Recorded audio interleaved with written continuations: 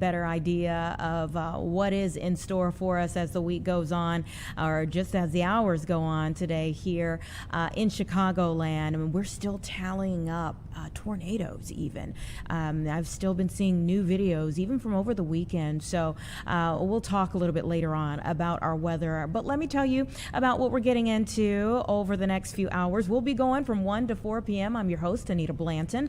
In this first hour together, we're going to talk about Medicaid policy changes. It's an estimated 79 million people who get their health insurance through Medicaid in the country. And so this is a major issue, and we're going to be notifying you of what those changes are, but then also kind of talking about how to navigate that with a policy expert. That's coming up around 1:45. We've got to talk about gun violence here in and around Chicago. Not a good weekend. Not a good weekend that just passed. We have about 7 people whose lives were taken, and somewhere in the neighborhood of 40 people who were injured over the weekend. That is not the trend that we want to see over the entire summer. And so we've actually brought in one of the community organizers who is very often called out to scenes before they're cleaned up. And he sees a lot. He saw a lot over the weekend. I'm talking about Street Pastor Donovan Price. He's agreed to join us today as many stakeholders came together today. Advocates today went to City Hall asking for a proposed gun violence prevention department. The way they see this is that if the city can come together and form this department, it would give stability from a standpoint of funding, but then also from the outlook of one administration to the next, that things wouldn't be changing every time there's a new person in charge at City Hall, but that there would be some through line so that this major issue for the city of Chicago could have a dedicated office that's constantly trying to work toward prevention. And so we'll be talking with Donovan Price about that, Pastor Price, a little bit later on. That should be around 1:30. Around 1:15, some really interesting things that are happening here in our area. I mean, I think every week we tend to talk about things that are leaving our area, but then also things that are coming to our area and things that are changing quite frequently here as well. And so Bellworks Chicagoland is connecting a full campus for the first time with a ceremonial wall demolition. We're going to get into this, how they're separating the east and the west sides of the street for this campus, and what they're hoping comes from this milestone opportunity for a redevelopment in the area of Hoffman Estates. Should be very interesting, and it is massive. So we'll talk about that around 1:15. This hour, though, we are starting up with a major day for e-commerce that's coming up. And that would be Prime Day, Amazon Prime Day, which is never just one day anymore, right?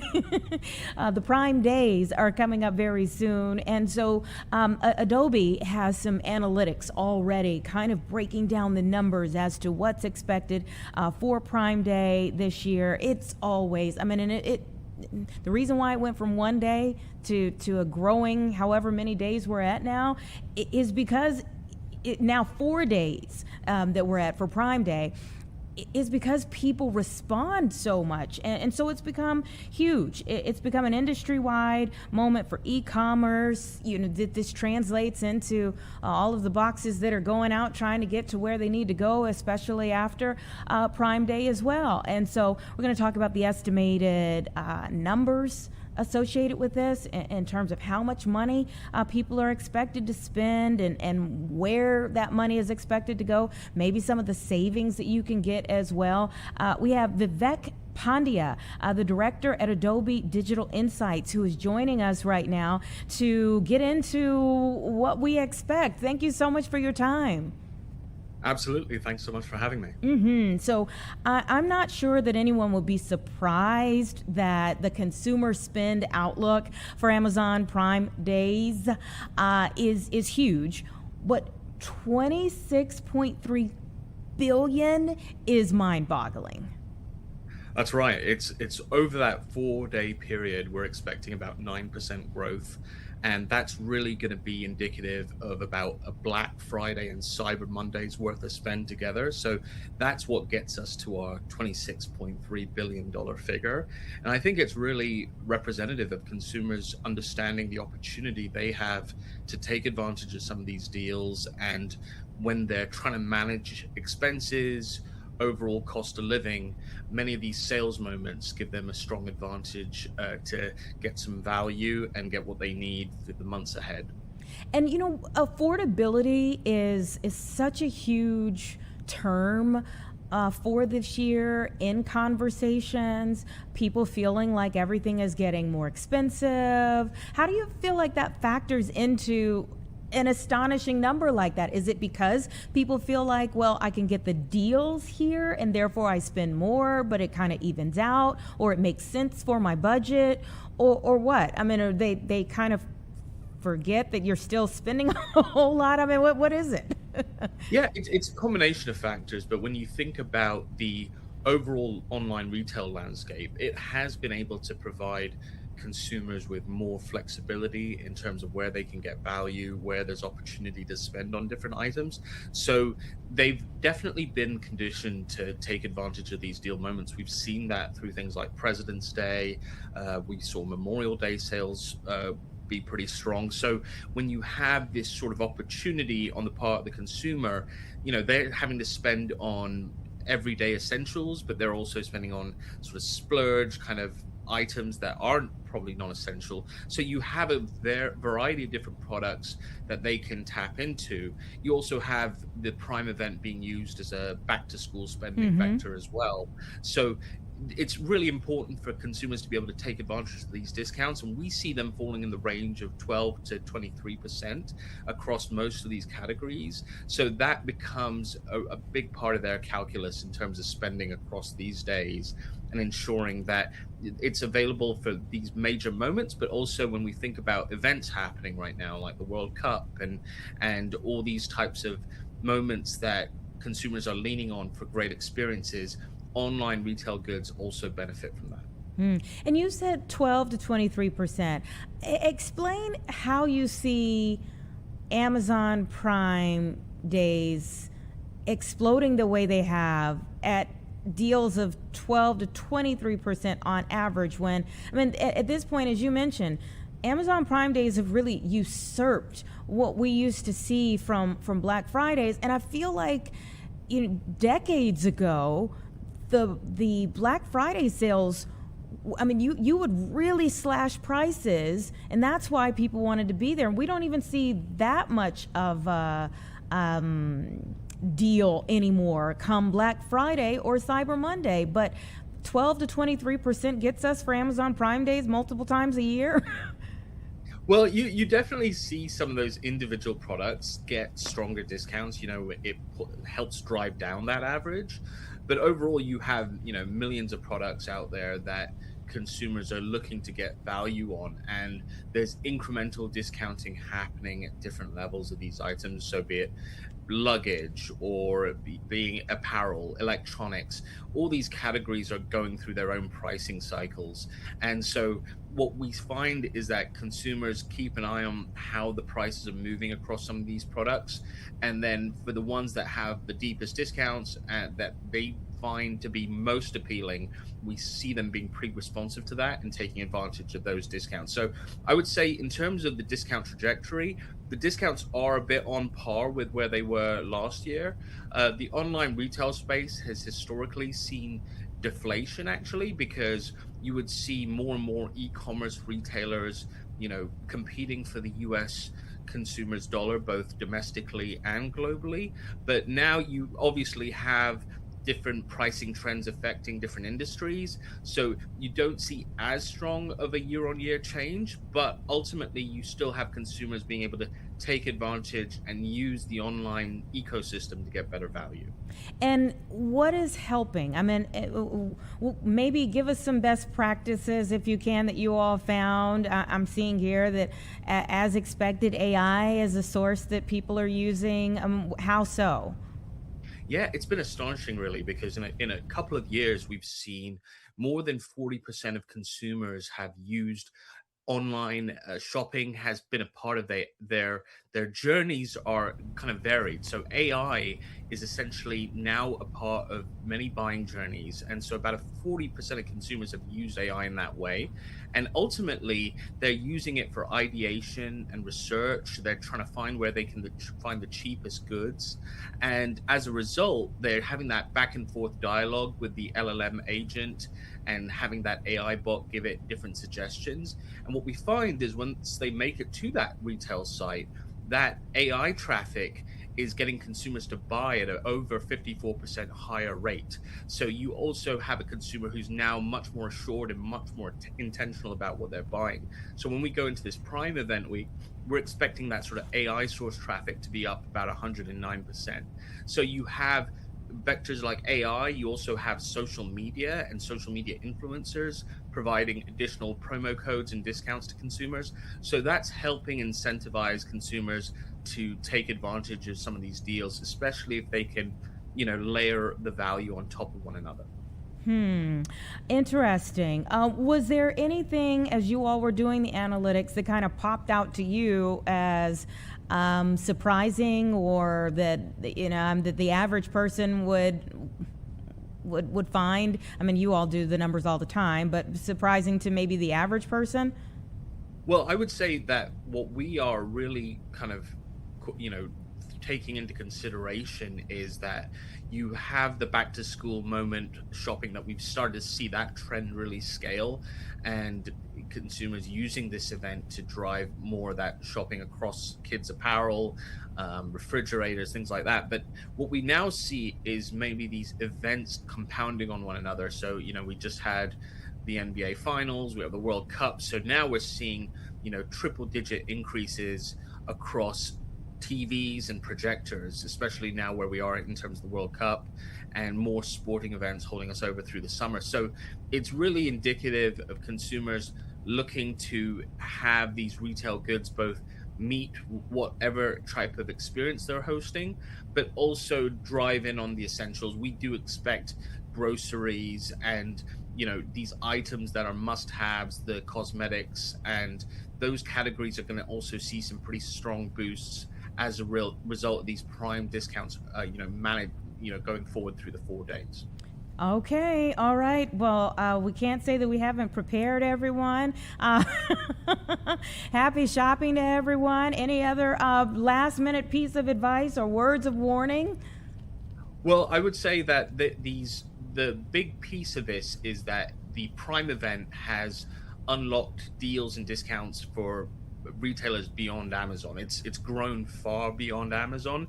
So you're going to have many retailers looking to engage you as a consumer with their deals versus the others. So I would say keep the aperture open in terms of where you can find the best deal, use the AI tools, use these capabilities to browse across your favorite retailers, because this week, more than others, they're really going to be trying to get locked in to try to bring you into their ecosystem so that you do repeat purchases with them versus someone else. Okay, all right. Thank you so much for your time. We appreciate it. Great speaking with you, Vivek.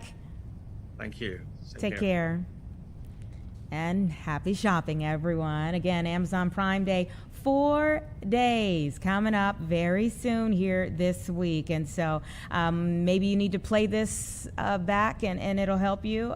June 23rd through the 26th, with an estimated $26.3 billion that consumers are expected to spend. Let's get in a quick 2-minute break while we think over that, and we're going to get into our next discussion about some redevelopment happening for Hoffman Estates.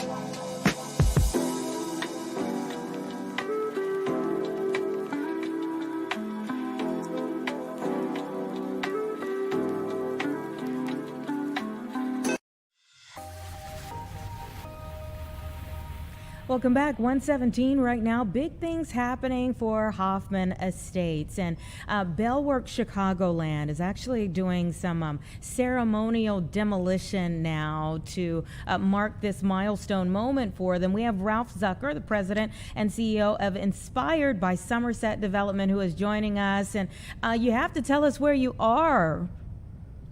So I'm in what we call on the block, actually in the square on the block, in the middle of Bellworks, Chicagoland, the former AT&T Ameritech building, which we have reincarnated into the world's second metroburb, a metropolis in suburbia. Metroburb. Okay, that's a term that it's gonna take a while for people to really get used to. Oh, what do you think that brings to a place like Hoffman Estates? And I would assume that the hope is that it won't be the only metroburb in the end. Yes, well, it's already we have three Bellworks. We have two in New Jersey, and this is our first in Illinois. What it brings life to the workplace. It brings energy. In the new return to work environment, people return to the office. Everybody's saying, why do I got to come to the office? I could stay at home. I could sit at my kitchen table, get my work done. But you come to the office to cross-pollinate, to ideate, to communicate, to get inspired. And our entire mantra is work inspired. Don't work in a boring suburban office place where you hang your life at the door when you come in and you pick it up on your way out at night. But work somewhere where there's shops, there's restaurants, there's the same thing you have in a great downtown. We bring that to great suburban locations. And Hoffman Estate is a great location for us. We've already filled 500,000 square feet. And today we're going to tear down the wall between the east side of Bellworks and the west side and open up an additional 700,000 plus square feet of office, retail, event space, et cetera, et cetera. Wow. I mean, this is tremendous, and it feels futuristic, quite honestly, as you look around. And what is the timeline here? I mean, because you all are already in the midst of it, what's the timeline like before your full vision is complete? Well, the east side is complete already, as I said. We expect to fill up probably over the next 2 to 3 years, fill up the remaining space, the rest of the west side, with more eateries, offices, a lot of office. We already have health, wellness, fitness. There's food. There's a bar here. There's going to be another bar called Barbella. More food, of course. Golf, simulator golf is here already. So all of that stuff, more and more of that stuff is going, as you see, as people walking behind us, it's already alive. And we're just adding more space, just as a place to come and walk around. You'll be able to walk around almost a third of a mile indoors, an acclimated space, but with great sunlight, great vision, great everything. We're pet friendly. You don't get challenged at the door here. Our security is trained to watch, keep people safe, but welcome everybody in. So we like to call it the town square. We welcome everybody in, and that's what you can imagine. So over the next year and a half, the rest will fill up and become another great place for people to gather and communicate. Wow. And what is the response that you're getting from people who have been, there's always or frequently there is a conversation about, all right, bringing new things to an area and what happens to those folks who were already there and what they were used to in the area as it changes. Have you been met with some of that conversation? And if so, how do you work through that? Sure. So what's interesting is that we're not building a new space. We're reinvigorating a space that already existed. So thousands of people worked here as part of the Bell system. This is AT&T Ameritech.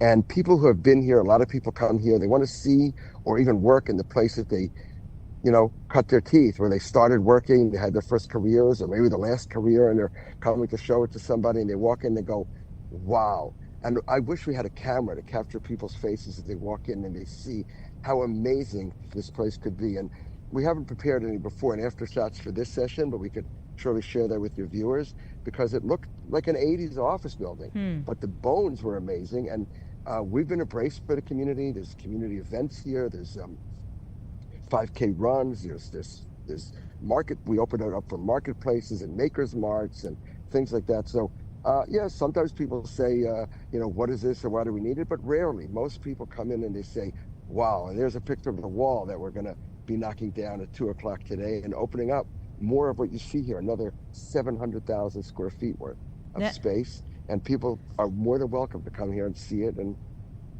walk around the shop and everything. it's But really it's not a amazing. mall. It is It's not a amazing. mall. And then, Yeah. what is the economic return that Hoffman Estates gets from this type of redevelopment happening in their area?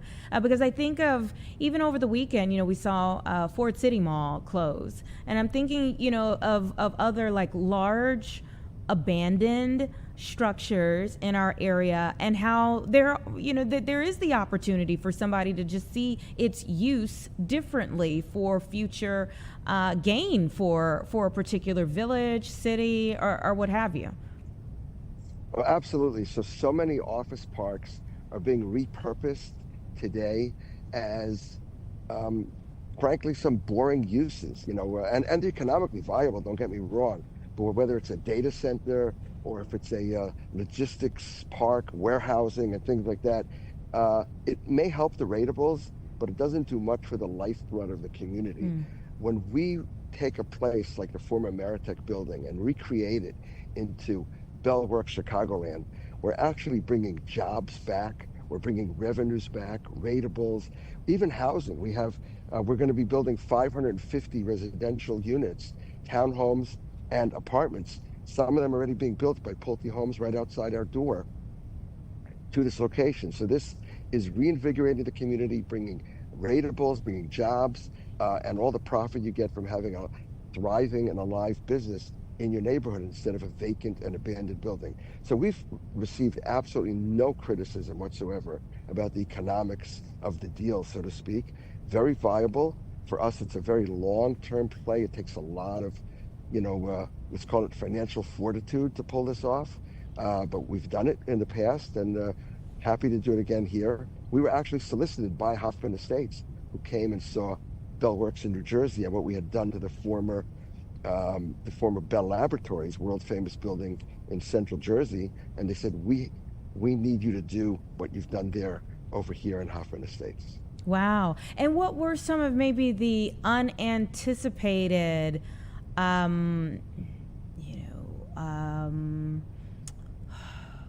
impacts that you all had when you were doing the work in New Jersey?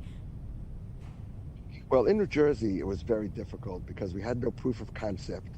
It was the first metroburb of its kind, and everybody said, you guys are insane. This can't happen. It will never happen. And it took us 5 years to go through the entitlement process, the rezoning that was required to take something that's zoned for a single use office tenant into a multifaceted community. But once we had done that there and done it successfully, here in Hoffman Estates, it felt like the entitlement process took us only 5 minutes because we had proof of concept. You just had to see what we had done, and it was easy to understand. I think here, so in New Jersey, it was getting over that leap of faith, so to speak. In Hoffman Estates, frankly, it was COVID. COVID was, we had a go or no-go moment. We were in the middle of building out the east side, and I remember huddling in my basement over Zoom with all my partners and everybody, and we're like, do we believe in the concept or not? We said, we believe in it, and it's going to be more important than ever when people can come back to work, and we're happy that we did that. Wow. Have you, by chance, watched Severance? Lots of questions on this end from folks like, this sounds a little familiar. Yeah, so Severance, I've watched it, and both the filming and the film, the show. It was filmed in Bellworks in New Jersey, in Bellworks in Homedale, New Jersey. 2 seasons. We hope to have the 3rd season, although we're not allowed to say anything until it happens.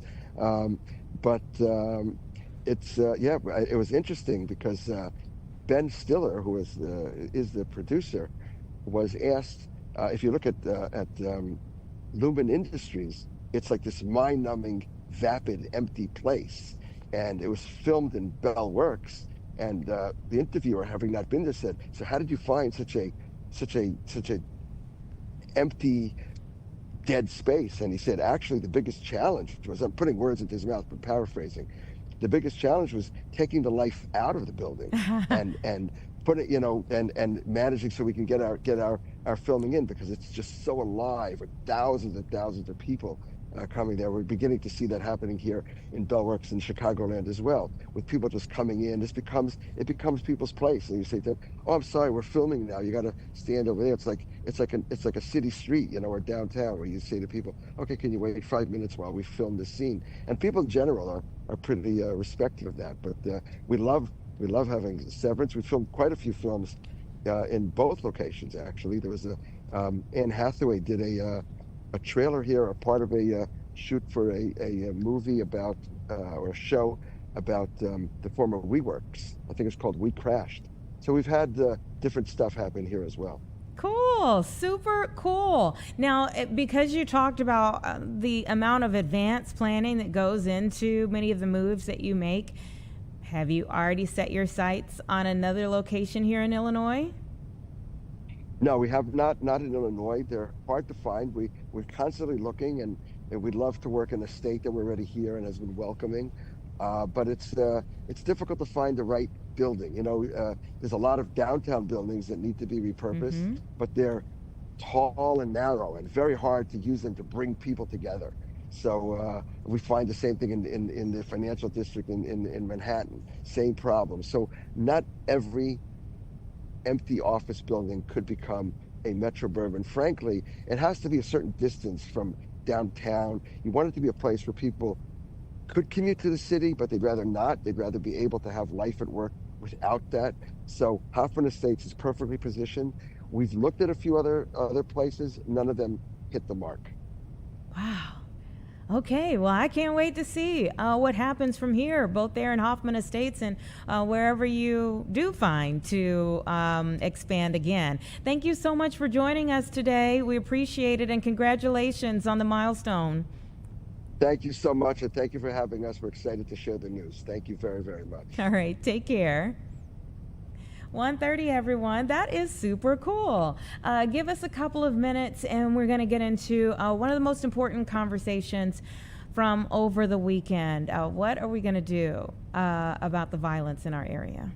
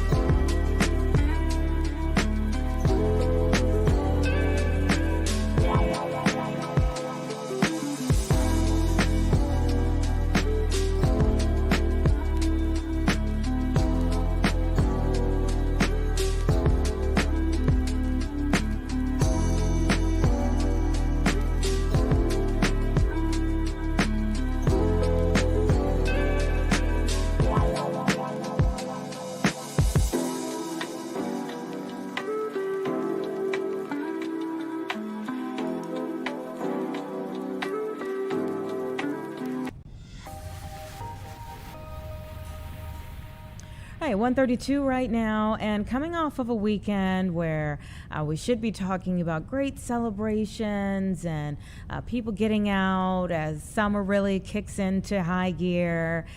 Unfortunately, we're talking about weekend gun violence and violence in general that took place over the weekend. 7 people dead, right around 40 people that we know of at this point in time, while the tally is still happening, who were injured in violence over the weekend. And it is extremely disturbing to say that, not the trend that we want to see continuing on. So today, not only are we looking at the issue, but also one of the proposals for creating change moving forward. I have Pastor Donovan Price. He is a street pastor that's often called out to the scene when things go down here in the city.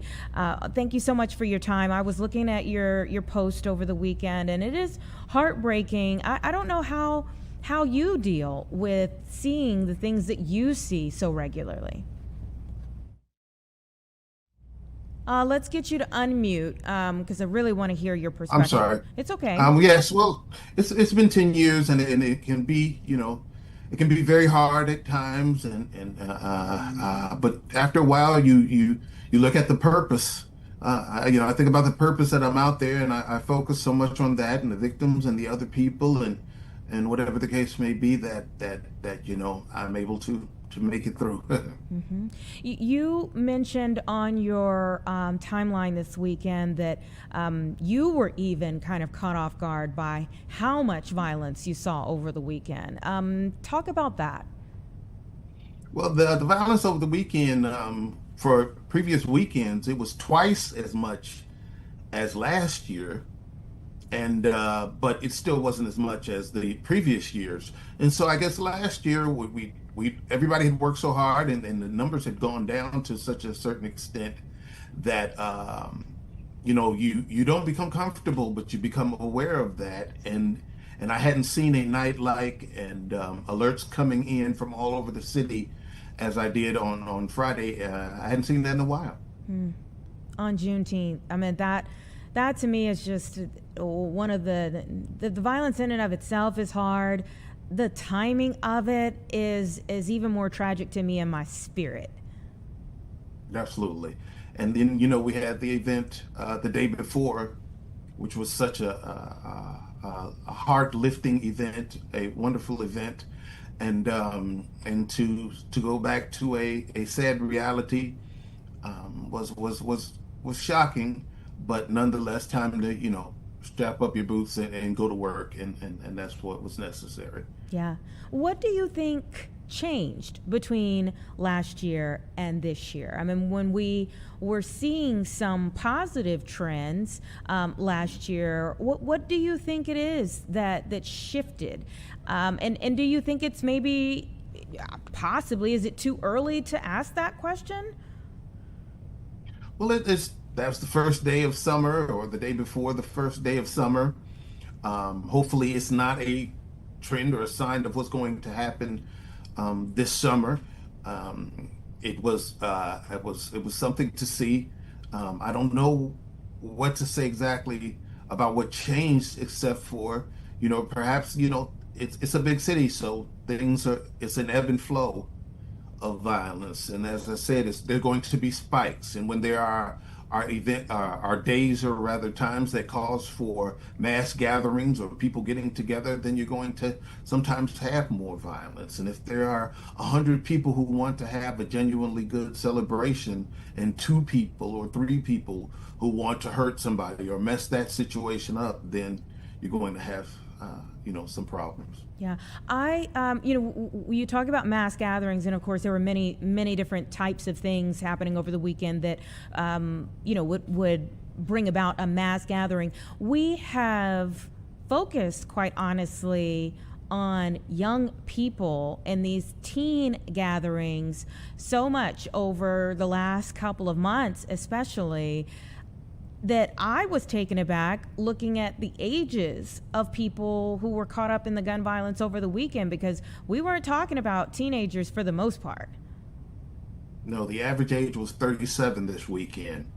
And so we realize that we do have a problem. We have the problem we've had for a while, and there are many people doing great work. It's just about the young people. It's about the citizens. It's about people in general. And when you talk about bumping it up or doing the great work, yes, there are many things that are happening throughout the city. CVIs that are doing great work. There's also this new initiative, this proposed gun violence prevention department for the city. What are your thoughts? I know that people came together today at City Hall pushing for this. What are your thoughts on that? Well, I don't think that, at this point, you have to see what happens. It can't hurt. It could be a great thing. There were some great people today who are putting it together or who are calling for it. Um, I just want to see parents stop having to visit the morgue. I just want to see people be able to party in peace, not just have it on a T-shirt. If that's something that can help, but I always say while people are in meetings, other people are getting shot. And so we have to have some boots on the ground. All things need to work together for the good of those who live in this city. Oh, yeah. Sad realities, though. I know the the new deputy mayor for community safety was kind of heading this up. And a part of the rationale behind having this department, the proposed department, is that there is a need for stability when it comes to a unified approach to gun violence in the city that will not change dependent upon who is the mayor or who's a part of his administrative team. Do you agree with that there needs to be some through line? Do you see major differences from one mayor to the next and from one deputy mayor of community safety to the next? Absolutely. From one organization to the next, there's tension and differences, and everybody has got their ideas, and in some cases I feel like everybody's got one answer and is trying to pass the ACT or pass a big test, and everybody's got one answer, and sometimes they think that one answer is the solution, not realizing that it takes every piece of the puzzle working hard and working together in their own space and in their own way and doing what they do that's going to help solve this problem. Don't try to be the hero of this problem. Try to solve this problem. And sometimes you're going to have to work with one person, help one person, smile at somebody, take one teenager to the side, whatever the case may be. Just as the police take one gun, they celebrate when they get one gun, or whatever the case may be. You have to. Everybody has to do a lot of different things because there are many levels. As many offenders as there are reasons for the shooting, and so you have to realize that we all have to work together. So whatever it takes to bring everybody together. But this is not the first time that type of conversation has come to the table. Mm-hmm. And I think that's one of the frustrating things about all of this is that we are continuing to talk while we get back to another Monday in the summer where we're talking about 40 people who were affected by gun violence over the weekend. I think that's super frustrating. Is it the conversation? I mean, you'd hope that the conversation continues anyway, but that you can have some prescriptive change, some data that actually shows that change is happening while the conversation is happening, and not that trends are going in the opposite direction while conversations are still happening. Pastor Price, I have to ask you. President Trump is proposing sending the National Guard in again. Do you think that would be helpful? No, I think it would actually, I believe it would be perhaps detrimental. Things were moving in the right direction. There's a spike. Every time there's a spike, every time something trips up or whatever the case may be, then everybody wants to go, see, nothing's working. Oh, see, nothing's working. And the fact is, many things are working, as many people are working. And don't discourage those who are working and who are making things happen and who are saving lives and who are causing change and changing minds and hearts, whether it be young people or older people. Don't discourage them with militaristic action. That's not the answer right now. And with one event, one weekend, which was, like I said, twice as much as last year, but nowhere near the previous 4 years before that or 3 years before that.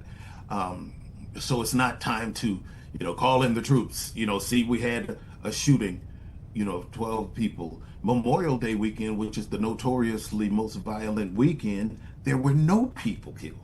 And so, we can't jump every time. And there's plenty of other things that the president has to worry about right now, and that he should kind of focus on right now, and let those who live it, those who breathe it, those who are working, and those whose lives depend on it, work in this space.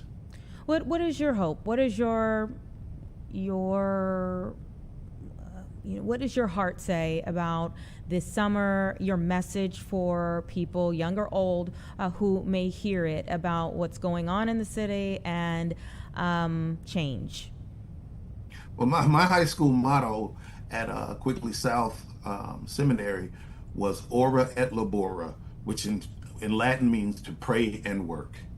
And so, as long as we're doing both, we're meeting two great levels, and everybody is doing what they can. Everybody is pulling their own weight, and we can do this. We can make this. I won't say this summer is going to be, or this summer is going to have this happen or that happen. Everybody work. Everybody who prays, pray. Everybody who hire. Everybody who speaks or counsel or speak. Whatever you do, now's the time to do it, and our children will live, and we will be able to celebrate, and we will be able to walk the streets of Chicago and say we did it, because we have to live here. We have to go to the grocery store. We have to send our children to church. We have to do the things that we know, just as our parents know and our grandparents know. Even though times are different now, we can make a change, and a change will come. I believe that. I hope that. I think we should all hope that. Is there more that you want to see the city do? Oh, I like to see the city, embrace some of the folks that are out there on the street, like myself, who really know what's going on to a great extent, and have some ideas to even been asked. I'm never even asked, and so do some things, and move in some directions that are different. Do something different. Do something in real time. Do something proactive instead of reactive, and take care of a problem that's been around long enough for us to slow down on the meetings and conferences. You know. Pastor Price, thank you so much for your time. Really appreciate it. And thank you for what you do day in, day out, weekend and week out. We appreciate it. Thank you, and God bless. All right, take care. 146, everyone. We should all hope for change. We should all hope for change in the end.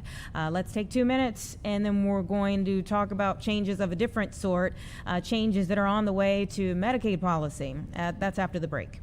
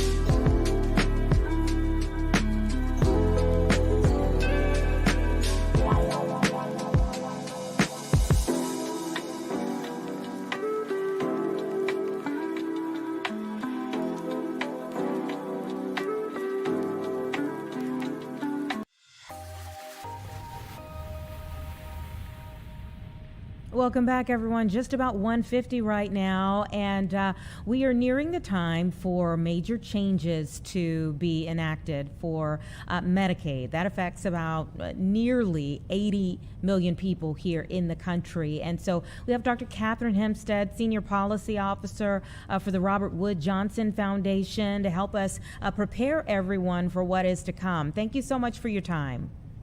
Sure. Thank you for having me. So as I understand it, is it July 1st when these changes go into effect? In most states, they're going to start at the beginning of 2027 if you're talking about the work requirements in Medicaid. Okay. All right. So we've got a little bit more time for certain requirements to start up. Tell us what people can expect. Sure. Yeah. The One Big Beautiful Bill Act, which was passed last July, created a number of really important new policies with big impacts on the Medicaid program. Some of them reduced federal funding considerably, which will affect states' ability to pay hospitals and doctors sufficiently, and will have a lot of impact on people who use home health and people with disabilities and people in nursing homes, et cetera. The other major change is the implementation of federal work requirements in Medicaid for the first time, and they will apply to the part of the Medicaid population that was made eligible by the expansion under the ACA. So these are non-disabled working age adults who are eligible for Medicaid because of their low income. And starting in 2027, they are going to need to comply with federal work requirements, meaning that they are going to be required to show that they're either working or doing another approved activity for 80 hours a month, or else they're going to need to be able to document that they should be excluded or exempt due to maybe a caregiving responsibility, medical condition, or a list of other approved conditions. Now, this has been fairly recently, the details have fairly recently been released by the federal government in a rule. So now states, including Illinois, are scrambling to get ready to implement this, and they will start reaching out to people during the summer to let them know that this is coming. And when you say scrambling, I'm seeing that a lot of states are worried about it kind of destabilizing the state budget. Oh, absolutely. Especially the other parts of the One Big Beautiful Bill Act that are really reducing federal funding to the Medicaid program are going to have a huge impact on states' ability to pay for care and to pay their providers and their hospitals, and will be especially challenging for rural hospitals. The work requirements are going to result in a lot of coverage loss, and so that is going to, again, remove revenue from the healthcare system, and it's going to have catastrophic consequences for those individuals that lose their coverage and are then going to have to go without care or risk, a lot of debt and financial exposure if they need to seek care. So it's a very, very serious challenge for patients and for the providers that serve them. So then what's the upside? There's not an upside. I have to be really honest. I mean, this is actually terrible. We are projecting that between 5 and 10 million people are going to lose their Medicaid coverage as a result of these work requirements. We also think about 5 million people are going to lose coverage from the Affordable Care Act marketplace due to changes there. So, all in, that's approaching 15 million people that are projected to lose their health insurance coverage over the next 5 to 10 years. And if you think about the fact that we only have about 27 million uninsured people now, it's a massive increase in the size of the uninsured population. So it's, I wish I could say there's an upside, but frankly, there really is not one. And I know here in the state of Illinois, they did do, some work in terms of making sure there was a statewide kind of safety net for some people who would be losing coverage. Does that sound familiar? I think Illinois and lots of other states are trying to do everything they can to keep people with some kind of access to care, or maybe keeping their maintenance meds, or expanding charity care, expanding free clinics, doing what they can to try to make some care available to people. But there's no way the charitable sector can compensate for coverage loss on at this scale. So I think it's great what they're doing, and lots of other states are trying to do things too. But it's a problem that the scope of this problem, unfortunately, I think is going to exceed what those efforts can do. So I'm reading that the Trump administration felt as though this was needed to root out fraud in federal programs.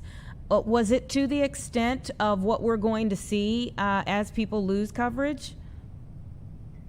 To me and to many, this is really a classic sort of bait and switch, where there were a lot of cuts to the Medicaid program that were really motivated by the desire to keep the tax cuts that were in place from expiring. So the One Big Beautiful Bill Act served in large part to finance those tax cuts by making massive cuts to the Medicaid program. I think the issue of fraud, and I'm not pro-fraud. Fraud is a problem, and there's fraud in every insurance program. And it's been estimated that fraud as a percent of revenue in Medicaid is less than 5%, is not an especially big concern, but that fraud is being lifted up as kind of a distraction to make people feel either that this program that's being cut wasn't a very valuable program because there's so much fraud in it, which is not true, or that the people losing coverage were somehow not deserving of it, or were trying to commit fraud or shouldn't have had the coverage. Also not true. So I think the use of the fraud subplot here is really quite disingenuous, and it's really designed to distract people from what's really going on, which is that millions of people are losing their coverage. So what should people be doing? I mean, if there is a bus headed toward them, like what should people be doing to prepare for these changes?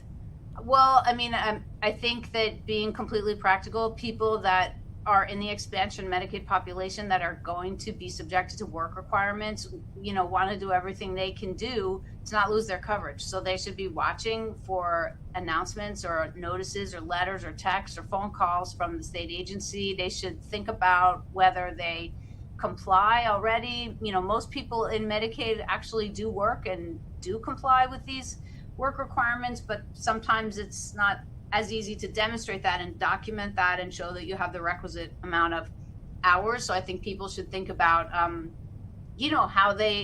how their own situation intersects with what's being asked of them in the work requirements, and look at what the state is going to use to sort of ascertain whether people are complying or excluded or exempt, and then do everything that they can to have the information that's needed. I mean, I wish there were something sunnier that I could say, but frankly, that's really what people should be doing right now, is watching for news and thinking about their own situation and thinking about what they can do to keep their coverage.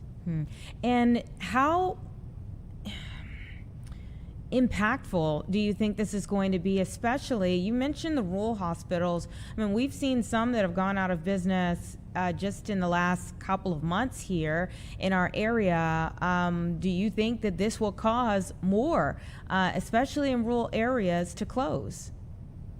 Yes, I'm really sorry to say, but yes, because in rural areas, there tend to be more fragile financial systems in hospitals. People are poorer, people are sicker. There's less private coverage, so there's more dependence on Medicare and Medicaid and ACA marketplace coverage. So when those programs get cut, there's less revenue in hospitals, and the consequences of hospital closure is greater in rural areas, because often that's the only hospital for many miles. So if one hospital closes, it really can create kind of an existential crisis for that community if people are just too far from any source of care. So, I mean, there are many safety net urban hospitals that are going to be stressed too, but in some ways the stakes for residents are higher when rural hospitals close, because they're often the only hospital. So yes, everyone is worried about hospital closures in general and rural hospital closure in particular as these cuts sink in. Wow.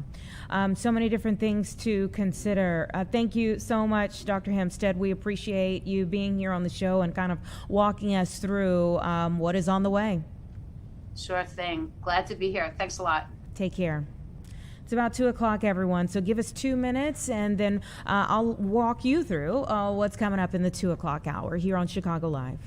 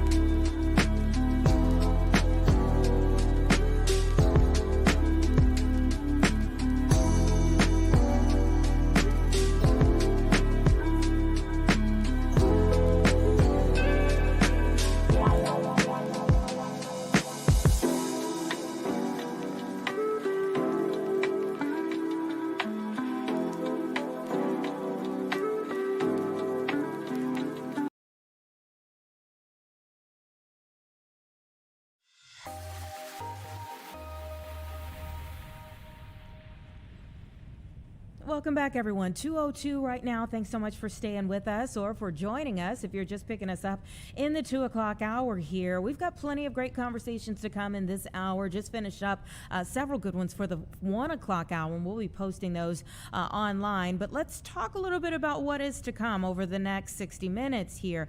We're going to talk about the first Dairy Queen. I mean, it's warm outside, not like piping hot outside right now, but warm enough for ice cream for sure. And on June 22nd, 1940, the world's first Dairy Queen opened its doors right here in Chicagoland, 501 North Chicago in Joliet. And so 86 years later, we're going to be talking with the CEO and this Joliet Area Historical Museum. And I'm really looking forward to that conversation so that we can find out a little bit about the history, but also what is to come. You know, it's an interesting time right now that we're in. And you think about all of the different places that you have to eat. And Dairy Queen is still thriving, still going strong after all this time. So we're going to talk about what's the secret sauce, what keeps them going, and, and congratulate them on 86 years, because that is nothing to sneeze at. That's huge. That's amazing. Also, and that's going to be around 2:45. Around 2:30, we're going to talk about some changes coming for high school sports here in the state of Illinois. This has to do with the shot clock, and I should say proposed change. They are considering making some changes, and it's interesting that our nearby state, Indiana, rejected this very same change before. So we'll talk about why they said no, what's on the table here for Illinois, and where things could be going here, the expectations and the guidelines for the 2026-2027 basketball season. We have a boys basketball admin who's going to be joining us to go over this very interesting discussion about shot clocks for high school basketball coming up around 2:30. We do anticipate that sometime in this hour, Governor Pritzker is going to be giving some remarks at an ADM facility modernization. They're doing some announcements there. He's going to be a part of that. We always anticipate that whenever he's making these stops at different places, that there will also be an opportunity for question and answer. And so if we get that opportunity, we will take you there live, one, just to hear what the big announcement is, but then also especially if there is some question and answer, so that we can hear his take on several other big topics for the state of Illinois. We know that one of the big international topics for today has been that the British Prime Minister, Keir Starmer, first thing this morning announced that he's going to be resigning. That was a shocker as the day started. I came out just yawning and then I looked at my TV and I'm like, what?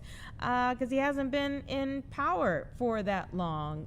So I think there are a lot of questions as to what just happened here, why he's already stepping down, and what that means. What happens now. We'll get into all of that coming up with a professor at Northwestern in just a bit, but we're starting off our conversations in this hour with the Illinois Policy Institute, and that is because there is a growing conversation about tollways here in the state. The tollway is pushing the largest toll tax hike on drivers in Illinois history right now. And we have Dylan Sharkey, who is the public engagement manager for the Illinois Policy Institute, who is here to hopefully answer some of our questions where this is concerned. So this is not a done deal yet, correct?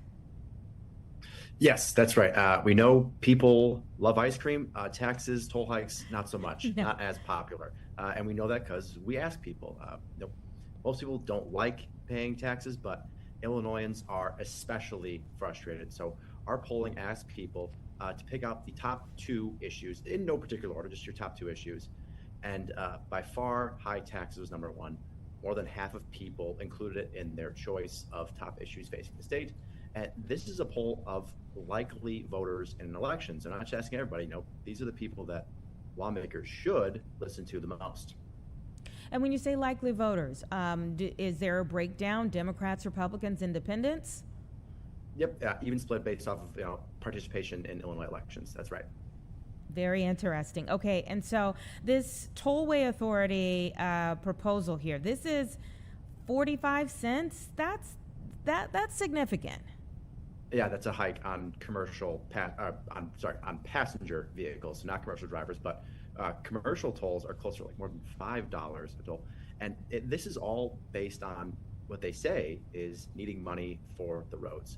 But we've looked into their spending and their finances, and we've found that maintenance and expenses are around $420 million a year, but they're bringing in $1.7 billion from tolls. So there is money they're getting for the roads. They're just already asking more from drivers before spending the money they already have. So there's money for the roads. I mean, respectfully, they need it. The roads definitely need some work. But you're saying it's not, the math isn't mathing for what's actually happening there on the roads. That's right. Yeah, the federal government every year looks at highways across the country to see how many of them are adequate.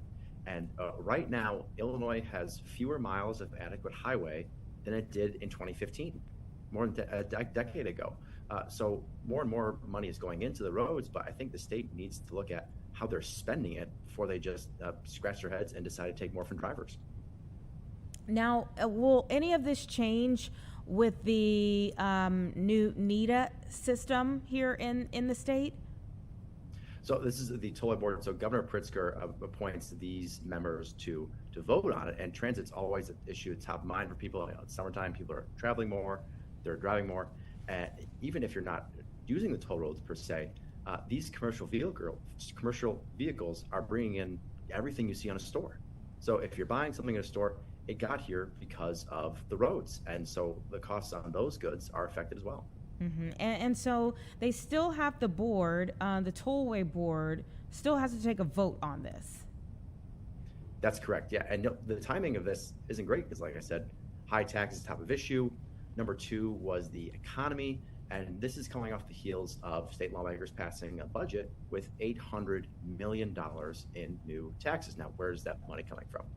$200 million of that is coming from fees on social media platforms. Now, I think this was a politically targeted form of revenue because think about it.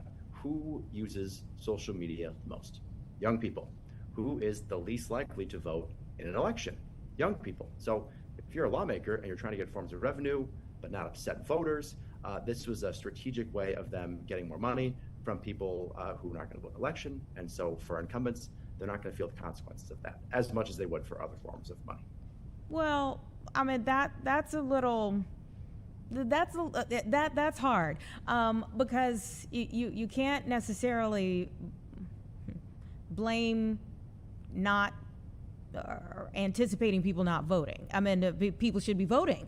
People should be cognizant of the things that you're saying and vote, young or old, but especially to make sure that things aren't going through without your stamp of approval or disapproval. Totally, no doubt. And I mean, there's other things in this budget.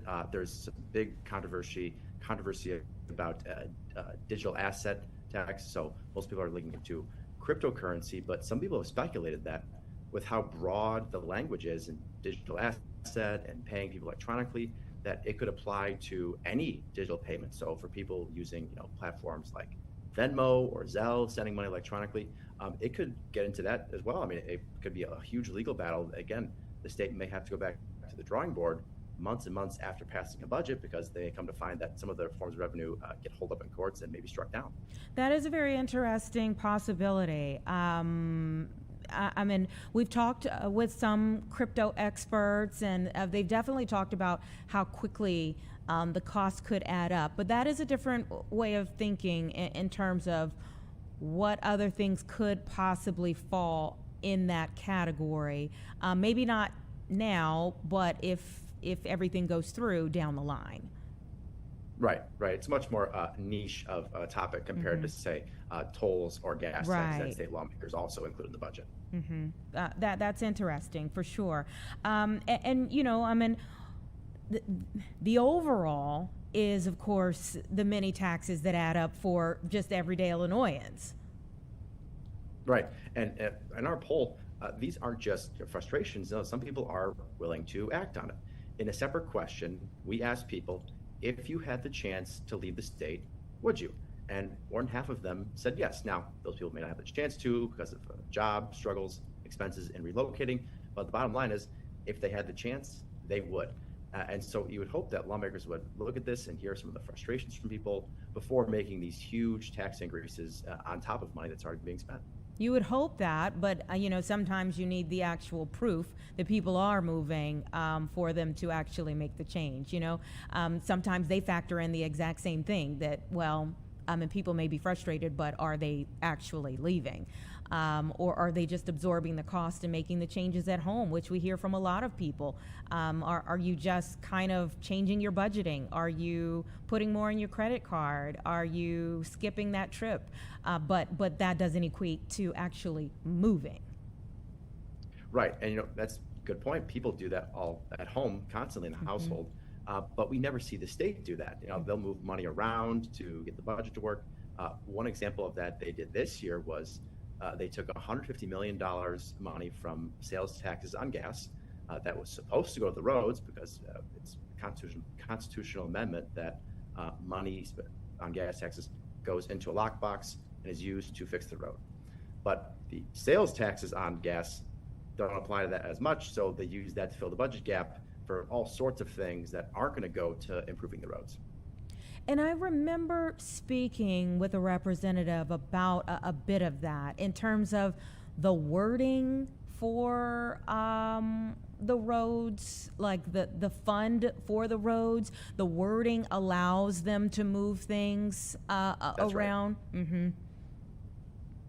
Yeah, the wording allows it because it's not the motor fuels tax, it's the sales tax on gas, because in Illinois there's layers. You see it on a gas receipt. There's layers that you pay. Some are state, some are local, but they can move money around to make it work, which is frustrating because people, when they are using the roads more, they're paying more in gas tax. So you would hope there's like a give and take of more money spent is used to fix the roads, but a lot of times that's not the case. And people are going to see the suspension of the regular gas tax increase was going to be on July 1st. Now it's going to be toward the end of the year. But the peculiar part of that is that $150 million was used to fill the budget for the whole year, but people are only getting the holiday for 6 months. You would think that if you're getting, filling the gap for 12 months, you would give people the break for 12 months, but they didn't end up doing that. All right, lots to think over here. Dylan, thank you so much for your time. We appreciate it as always. Yeah, of course. Thank you. Take care. All right, everyone, give us 2 minutes and we'll get into our next discussion here about the British Prime Minister and the shocking announcement first thing this morning that he was stepping down.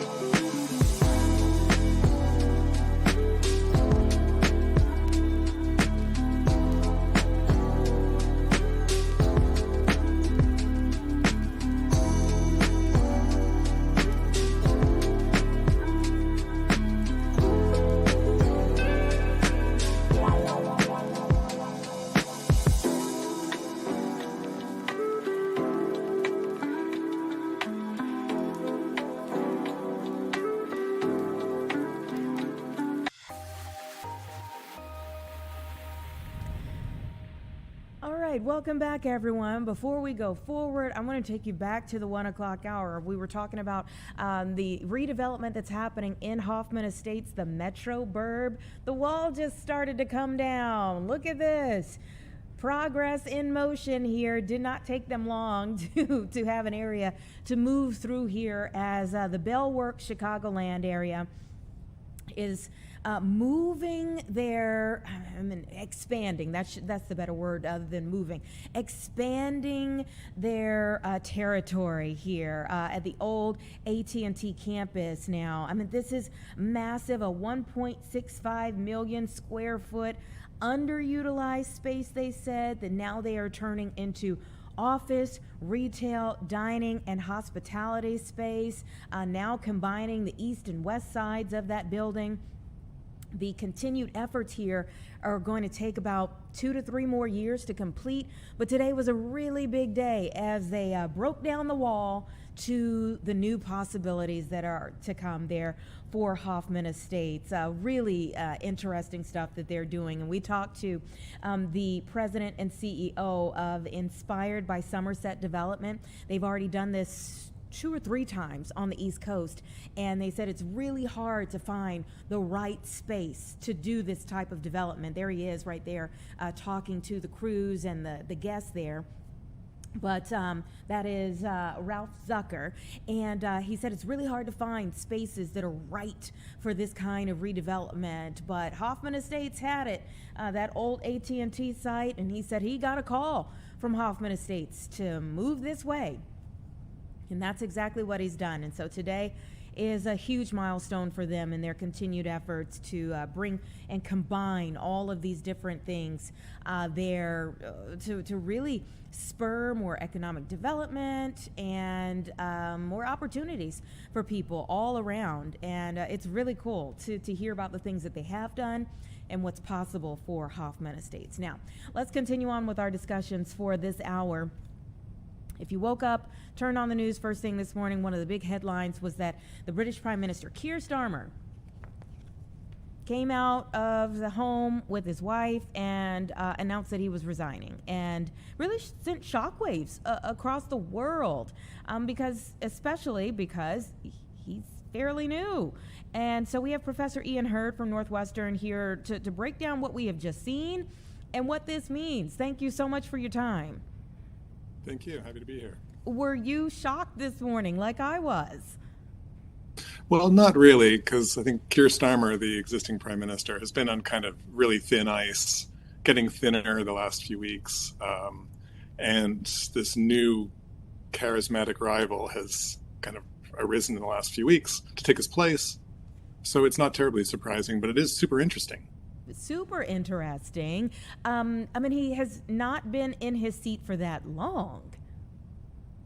Yeah, that's right. So Keir Starmer has been prime minister for about 2 years, and he won a kind of a landslide against the Conservative Party, which was sort of tired and a bit worn out and had a terrible track record. So he kind of cruised to victory a couple of years ago. But since then, his policies have been pretty popular for the most part, but he hasn't really been able to communicate particularly well. And so he's come off as kind of stodgy and disconnected and a bit fumbling. So his public persona was a real liability. And the new guy has all the charisma and the pizzazz that Starmer lacked. So it's looking pretty promising, I think, with the new guy. It's just, to me, odd that even if there is someone who talks the talk from the outside, they're not walking your walk on a daily basis. No one knows whether they're actually going to do better in your role. And so to step down just because there is someone else who is presenting themselves as a possibly better alternative, to me is just a little mind-boggling. Yeah, well, let's remember how the British system is different than the American. So in the British system, a prime minister stays only as long as their party wants them to. And so they have to maintain the support of maybe 200 or 300 members of parliament from their own party to stay prime minister. So that's a pretty small number of people. It's not like a general election. It happens all the time that the party inside parliament decides that their leader is just not up to the job and replaces them with somebody else. I think in a way it's way better than the American system, because the American system, we go through these crazy primaries and everything takes 6 years and you never know, how to get rid of somebody who's not up to the job. But in the British system, a few hundred people change their minds, realize the leader isn't serving them well, and they will install a new person. That's what's going to happen over the next few weeks. That's important perspective. Yeah. So what does happen next? I mean, he's announced he's resigning. Is that effective? Well, when is that effective? Is that immediate? Or what happens from here? So Keir Starmer has resigned and said that he will stay on until a new leader is in place, and that will probably take till mid-July. So what happens next is the Labour Party in Parliament will have a leadership contest. So any of the members can put themselves forward to become the new leader. They have about a week to do that. It looks like nobody except Andy Burnham is a viable candidate, so it's probably going to be an acclamation where there's really just one candidate that everybody understands is the replacement. So it'll happen pretty quickly. There won't be a lot of controversy. I don't think that there'll be a kind of electoral contest where there's mudslinging and candidates try to do each other dirty. It's just going to be Andy Burnham gets acclaimed as the new Labour Party leader at the beginning of July-ish, and will take office from Keir Starmer then in the middle of the month. And that'll be the new British Prime Minister. And none of this requires that the voters, the general public, do anything at all. They have no say in any of this. Wow. Which is a difference between the American system and the British one. But it's sometimes you see that that's actually an advantage in moving on from a leader that's not particularly popular to somebody who's at least promising more dynamic and progressive policies.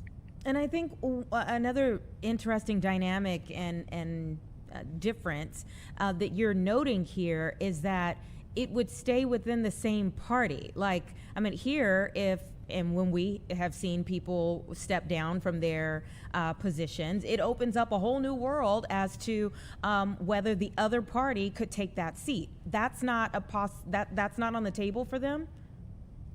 Yeah, of course, that's right. So it'd be a bit like in the American system if the Republicans in Congress could change a Republican president anytime they wanted. Mm-hmm. That's essentially what happens in a parliamentary system that Britain uses in Canada and many other countries.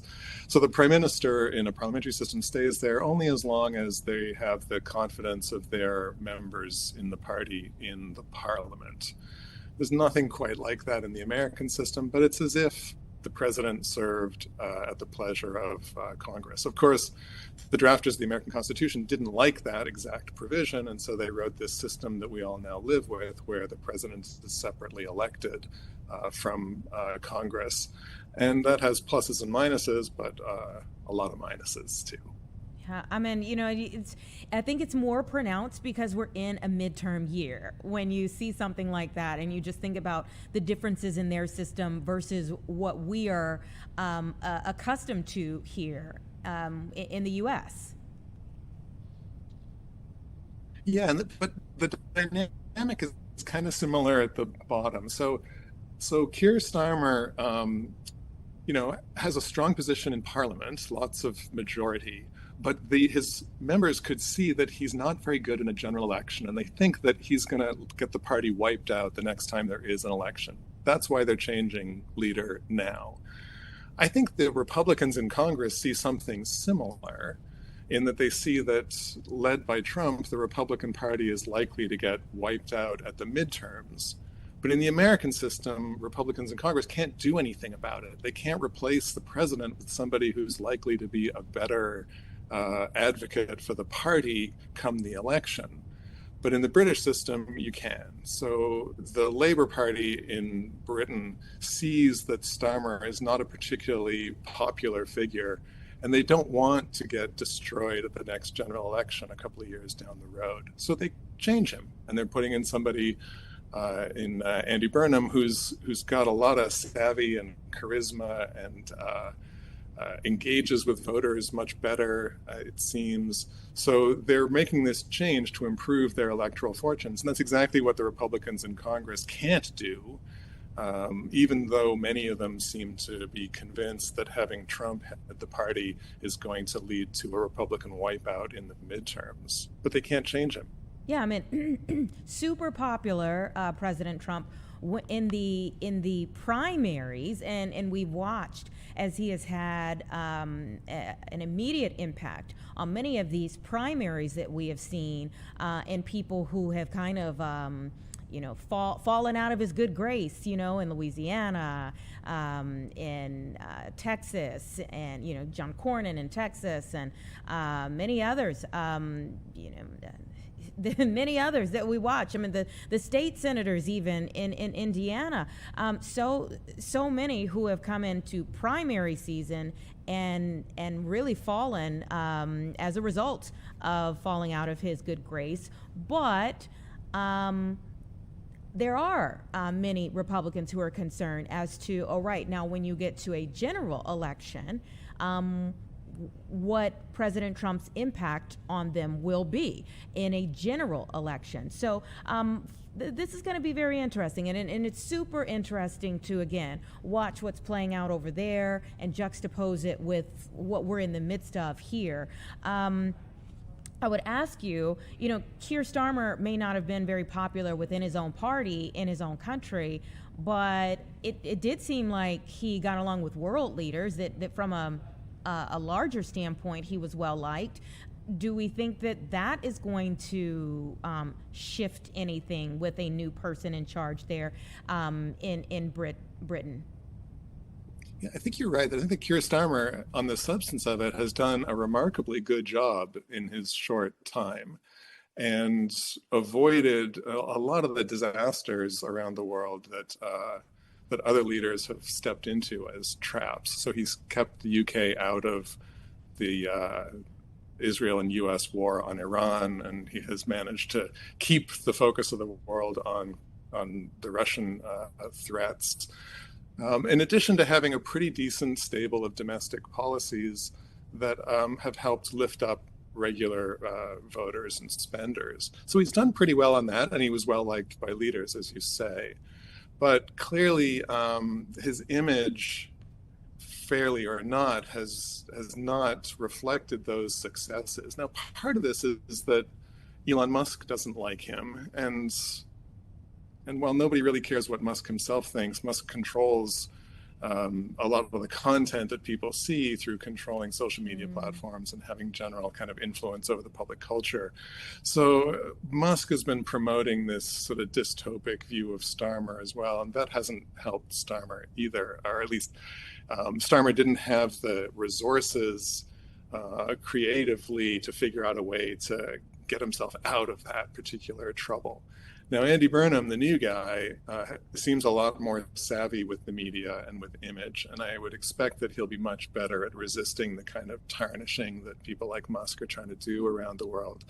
And I would imagine that he will have a policy portfolio that's quite similar to Starmer's, a kind of center-left portfolio for the most part, which is very popular among voters and very popular with other leaders for the most part around the world. It's an interesting time. Professor Hurd, thank you so much for bringing your expertise and perspective. We appreciate it. Thank you. All right, take care. Everyone, it is 2:31 right now, and as I was speaking with Professor Hurd, Governor Pritzker began speaking. They're in Decatur, Illinois, so let's listen in. General Assembly, we've passed 8 balanced budgets in a row that have made strategic investments so that Illinois is now a top 10 state among the 50 states, a top 10 state in infrastructure, in workforce development, in education, and in business attraction. That means that we're helping Illinois job creators expand and invest in our state, from food processing to biofuels, advanced manufacturing to clean energy, quantum computing to life sciences. Illinois is open for business. And I couldn't be prouder that ADM is helping to drive innovation and further solidify our state's economic leadership for many years to come. And with that, it's my great pleasure to introduce to the podium ADM's, President of North America, Chris Cuddy.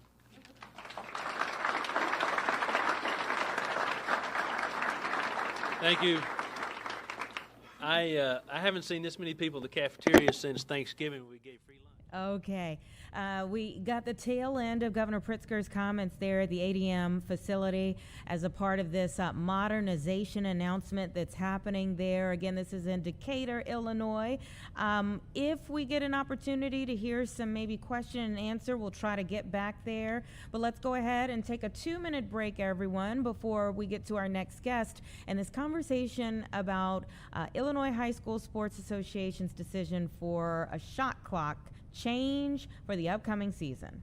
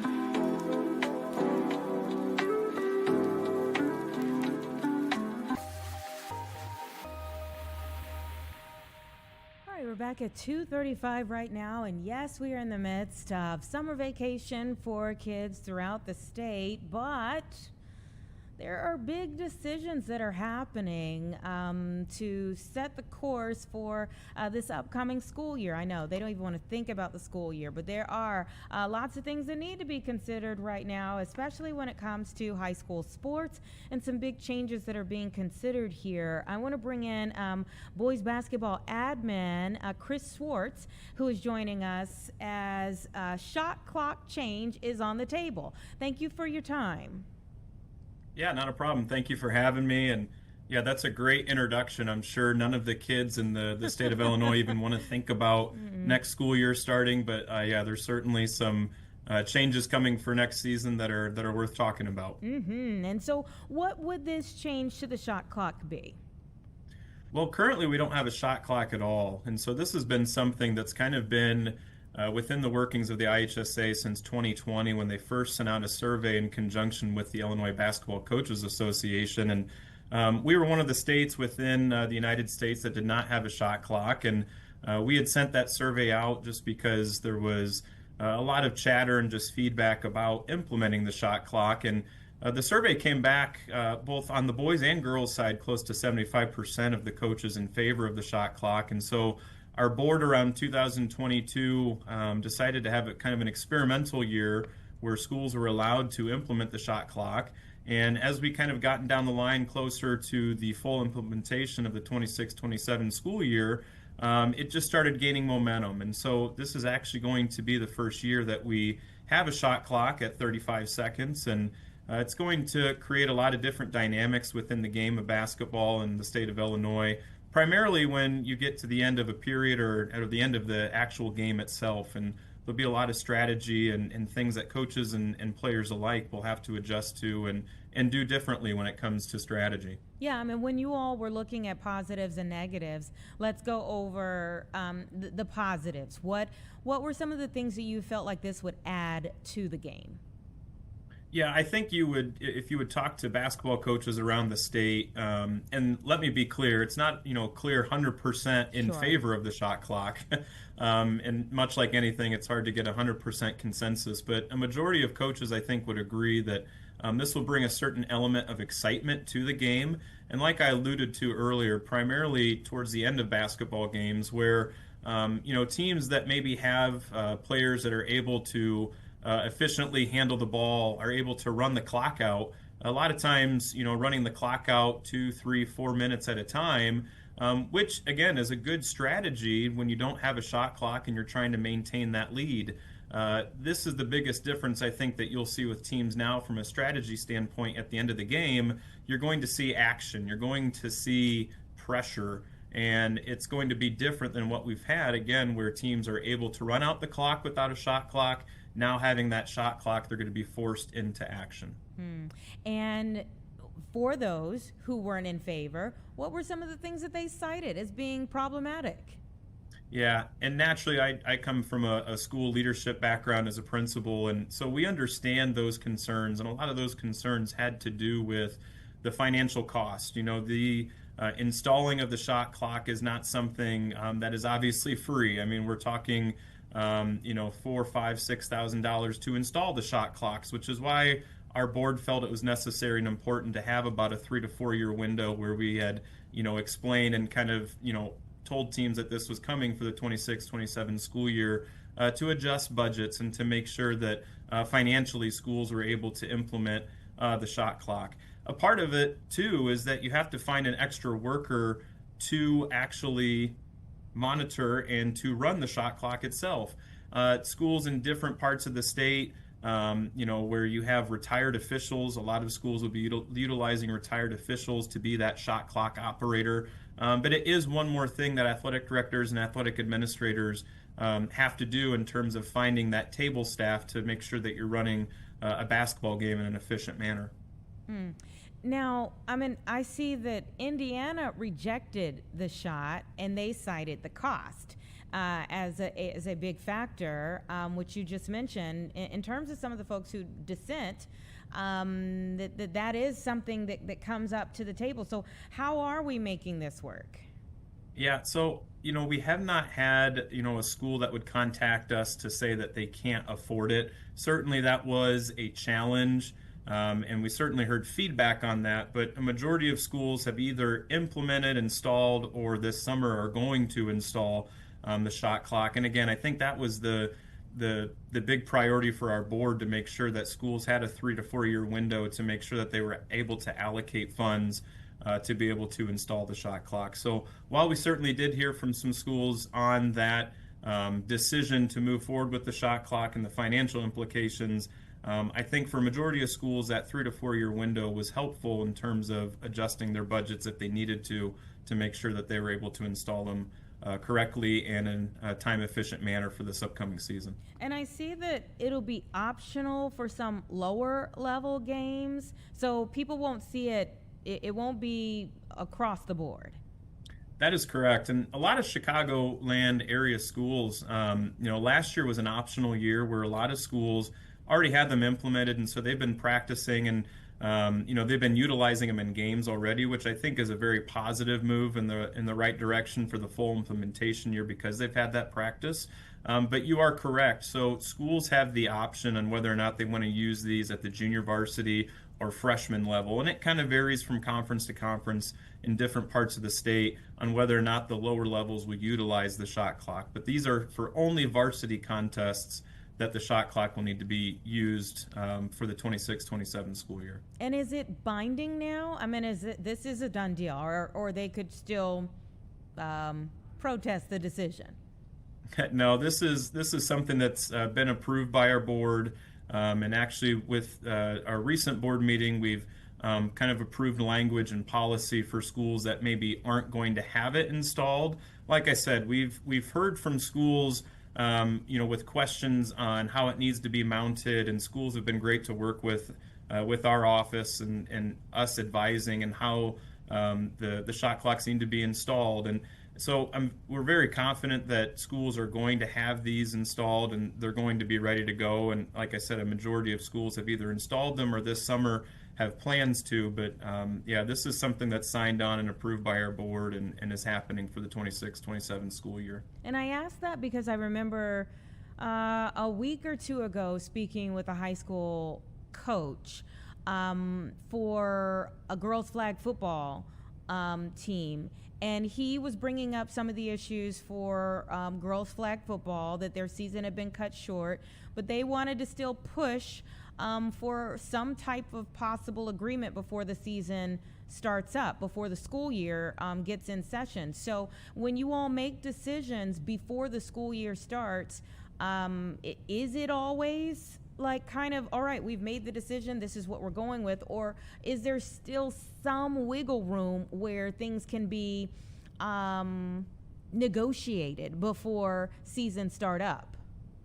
Yeah, a lot of those decisions are already made, in advance. And when we talk about season calendars and, state championship dates, and, a lot of those dates with schools are already something that's approved and contracts have been written. That's not to say that, through the proper channels, whether through our board or through advisory committee recommendations, which we have coaches that serve on those advisory committees within each sport, it's not to say change can't be made. But in terms of, changing things before the school year starts, when you have 5-year calendars in advance that come out and contracts that are written, it's hard to do. And specifically with the shot clock, with it being something that is IHSA board approved, and like I said, a lot of schools have already invested the money and the time to install these shot clocks. That's something that will be implemented for the season for this upcoming year. Gotcha. Well, thank you so much for coming on the show and telling us more about it. We'll be ready to see it in implementation this upcoming year. Absolutely. Thank you again so much. All right. Take care. Everyone, it's 2:45. We're going to take a quick 2-minute break before we talk about a little history here in our area, Joliet specifically, and for Dairy Queen.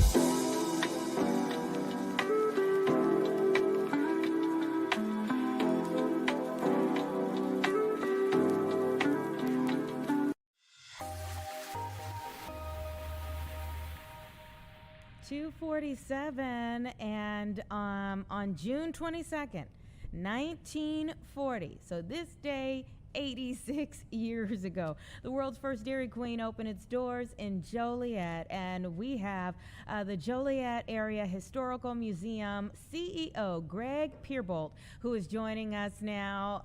Congratulations on this bit of history that's happening right in your area. Thank you. This is a wonderful convergence, not only of the iconic history of Dairy Queen, but of the centennial of Route 66. So you have these two iconic American things celebrating their birthdays together, and we could not be more excited. Very good point. Very good point. And how do you think one helped the other? That's a great question. So, as a Kankakeean, there is a lot of debate. Sherb Noble, who is credited with opening the first Dairy Queen location, did a very famous taste test 2 years before the Joliet store named Dairy Queen opened. So I hope, just my personhood represents that it can be just a story that includes both Kankakee and Joliet. But what was happening here in 1940 was the construction of the Joliet Arsenal. So, it's quite possible that, due to this huge economic factor that was happening here with the construction of the arsenal and thousands of jobs, that it seemed like a great place to set up at the time. And of course, as we know, the transportation economy is still happening here in Joliet. So it's still a great time to open a business in Joliet. Still a great time, and so much going on again for Route 66, we know. But what's going on to celebrate the anniversary of Dairy Queen? Yeah, so Thursday we are having a little get together with some of our civic and business leaders, and we will be joined by IDQ CEO Troy Bader, and we are thrilled to welcome him to town. And then we'll be doing an open house for museum members afterwards. And we are in phase one restoring the historic signage, and Dairy Queen has been fantastic to work with. They helped us even identify some of the old color schemes, so we can be very period correct.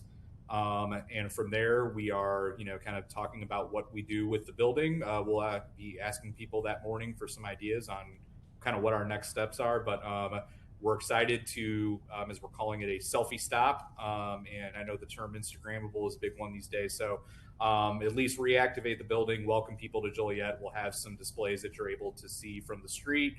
Some even old exterior lighting, period lighting that we redesigned to emulate the original 1940 facade. So by Thursday morning, you'll be transported back in time to 1940 on Chicago Street in downtown Joliet. Wow, sounds amazing. And what do you think it is about Dairy Queen that it's lasted this long? That, there's so many options for people by now, and it has stood the test of time. It has. And I think that is, just a great recipe, so to speak, consistency. And I think just that it is something that generationally still works. I have little kids of my own, and, you kind of hope like they want to do and are interested in all the things you want to do. And, like I tried with Mario Brothers, didn't quite get there, but with Dairy Queen, we definitely did. So I think it just has this appeal, not only of just a wonderful product and delicious options, but just kind of that nostalgia factor, right? I've heard that word a lot in kind of talking about this project. So I think that's certainly the case and still is the case today. So we're happy to be a part of it. And as I was telling someone earlier this morning, I think even people in Joliet are a little surprised to find out that it all started here, and even surprised to learn that it started on Route 66. So again, just kind of all these great things lining up. Summertime, Dairy Queen, Route 66, you just cannot get any more iconic. Yeah. Have you seen what some of the prices were like in the beginning 86 years ago? Yeah, we actually have an ad. It was 8 cents for one of the first Sundays. So, and look, I think by and large, the Dairy Queen still is a great accessible treat as a parent. But yeah, you probably don't want to see the gas prices either from 1940. Oh my goodness. Oh my goodness. 8 cents. Wow. I'm trying to think. Is there do we have anything that's 8 cents now? I don't think so. We don't want to do that math. I'm like, is it just depressing? Is it anything? I don't think so. So what else is going on? I mean, like I said, I wanted to find out what was happening for Dairy Queen's anniversary, but because it does tie into the larger, I've spoken with some folks out there about just all of the different activities happening throughout the year for Route 66. Where are you all in the process of that in terms of events that are coming up for the summer? Yeah, we are right smack in the middle of that. So we hosted our big house ball game at the old Joliet prison site, which we also managed, which featured a surprise appearance by Bill Murray. And right now we are just welcoming people from around the world every day at our sites. Everything is humming along. We are looking forward to the opening of our city square a little later this week. That is also, like this project, several years in the making. We'll have a drone show this Friday as well, and a series of concerts and events for that. And later in September, we are screening a documentary that will air on PBS at the old Joliet prison. So lots of things to see and do. You can visit our website, jolietmuseum.org. If you're interested in the area, you'd like to become a member, we'd love to have you. But this is the year to do it. We have so much great stuff happening here, not only at the museum, but around Joliet. So, if you have heard all this stuff about Route 66, whether you're from out of the country or out of state, come pay us a visit. Joliet is a great city to just start your Route 66 journey. And we have lots to do and see here. And let me ask you this, what kind of boom is this creating for the area in having all of these different, very special occasions this year? Yeah, that's a great question. Of course, the iconic Rialto Square Theater is also celebrating 100 years this year.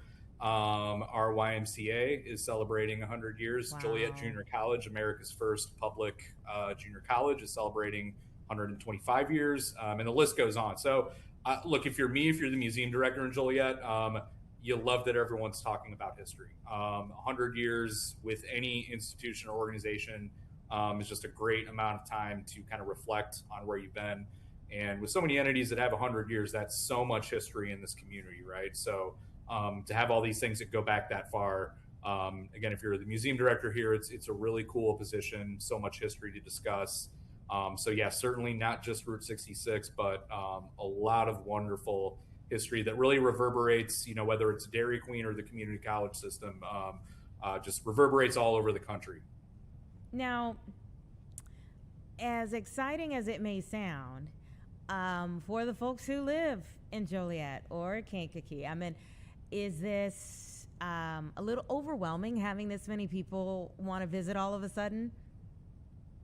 We don't think so. We want even more. So no, I think it's great. Everything we're hearing, as I've told people, these are people that are coming and having the trip of their lives, especially when they're coming from overseas and they've taken weeks or even a month off of work and traveling with their families to do this. So that energy is just contagious. You see people that are having some of the best days of their lives, and you want to be a part of it and you want to fuel it. So it is very easy to come to work and get excited, and opening our doors and having people coming from all over the world thinking what you do is cool.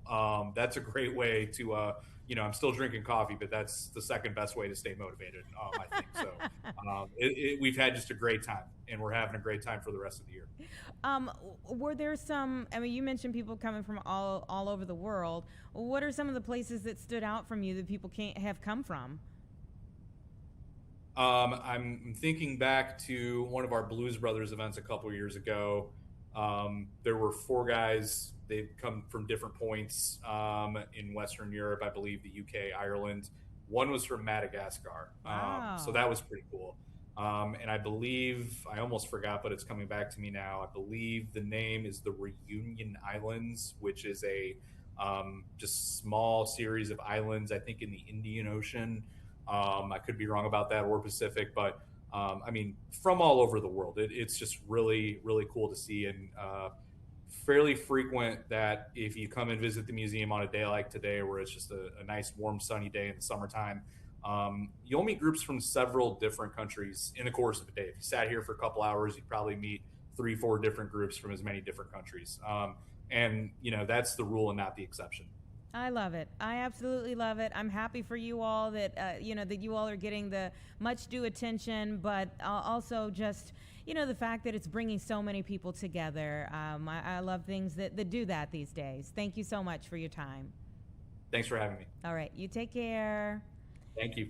All right, coming up on 258, everyone. I do think that kind of catches people, like how much history is right here in our area. Sometimes we get caught on all of the new shiny things, and then when you find out Dairy Queen, of all things, started right in the Joliet, Kankakee area, you're like, wow, now you kind of want to go and check it out and see what it used to be, and then cry over the fact there is nothing that we can think of around here that's 8 cents these days. But at least it's great to think of the old times when maybe it was. All right, give us 2 minutes. We'll be back, and we'll let you know what's happening in our final hour here of Chicago Live for the day.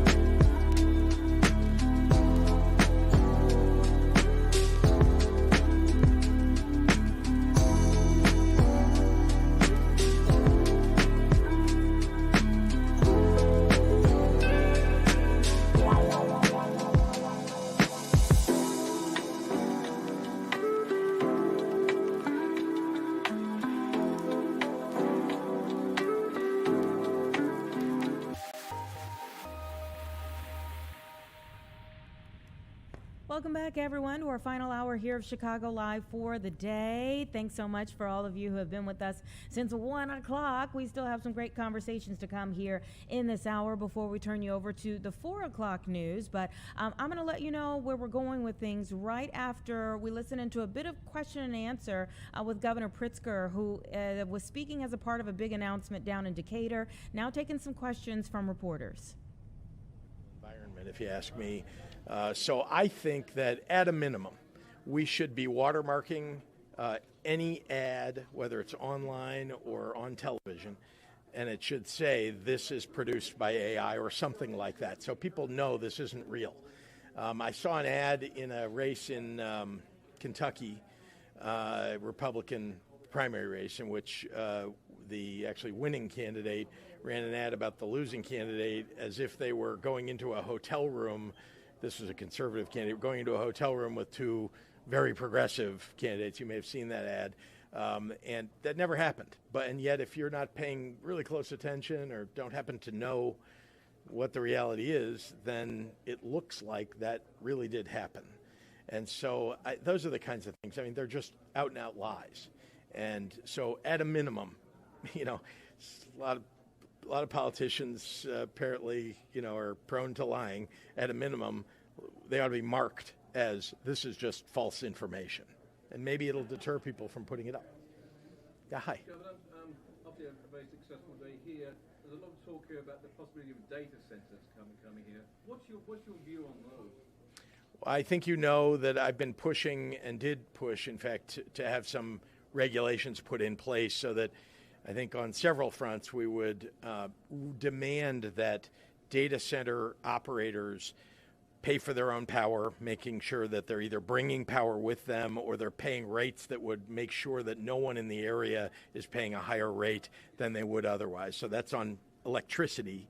And of course, we need to produce more electricity. So whether it's solar fields or other kinds of maybe a small modular nuclear device, that's something we should be thinking about requiring of data center providers. Second is, of course, we need to make sure that they're recycling water that they're using so that they're not, taking water out of the local community.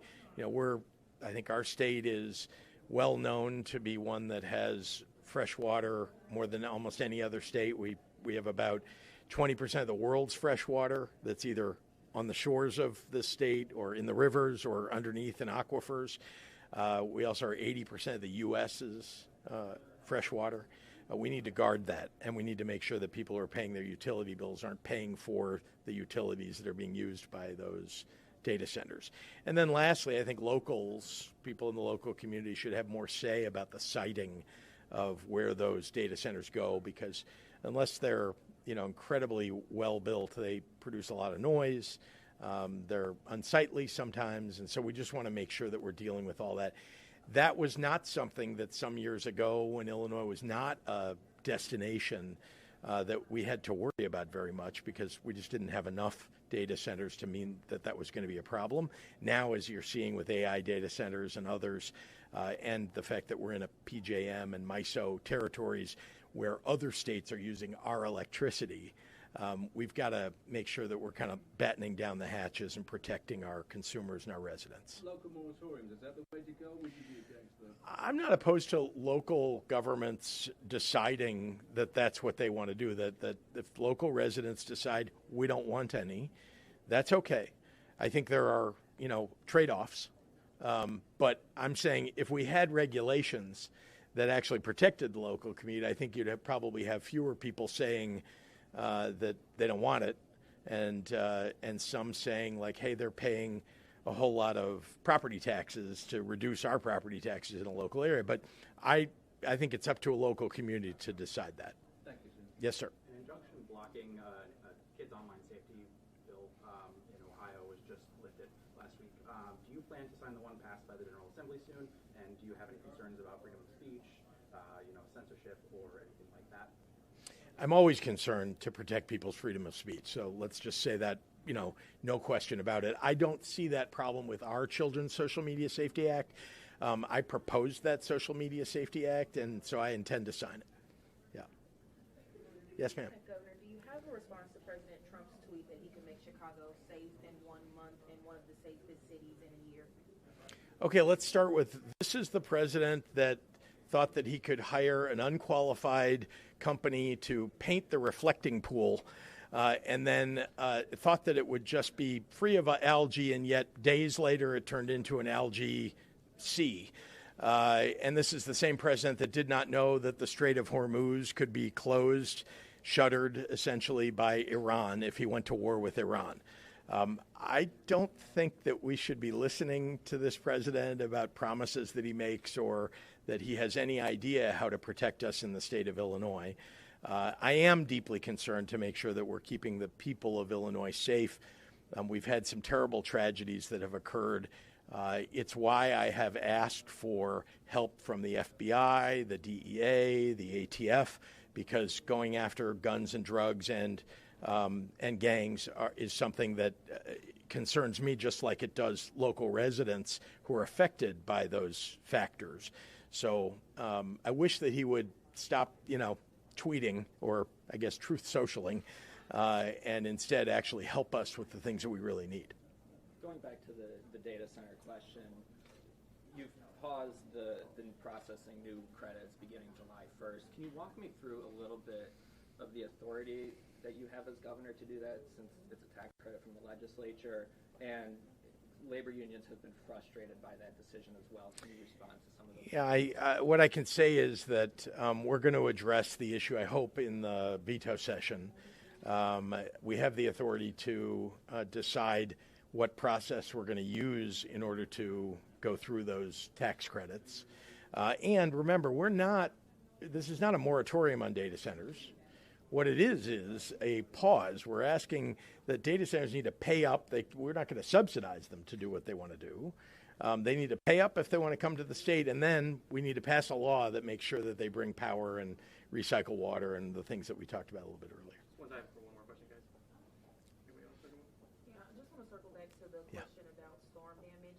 So when Kankakee was hit by tornadoes, it was probably about 2 days that you all began surveying. Is there a reason why you haven't began surveying in those areas that have been hit, like Effingham and Charleston? So again, it starts out with we've got to make sure that we're literally clearing the streets, restoring power, all the things that need to be done immediately. And then that often takes a day, 2, 3, depends on how much damage there is. Then we start to do an assessment with the local emergency management teams and the local government because we need help. We don't know our state emergency management doesn't know the local area as well as local emergency management does. So we try to put all of that accounting together as fast as we can. But you have to remember that even if we were to submit that in day 3, which you can't do because it takes longer than that in order to assess the damage, the federal government takes so long to process these things. I'm not suggesting that we shouldn't do it as fast as we can, but they need to speed that process up in order for people to get remunerated for the terrible disaster that they've been subjected to. Thank you, guys. Appreciate it. Good to see everybody. We listen in there as the question and answer portion of Governor Pritzker's event there at 8 a.m. Where they were making an announcement about some modernization that was happening down there in Decatur.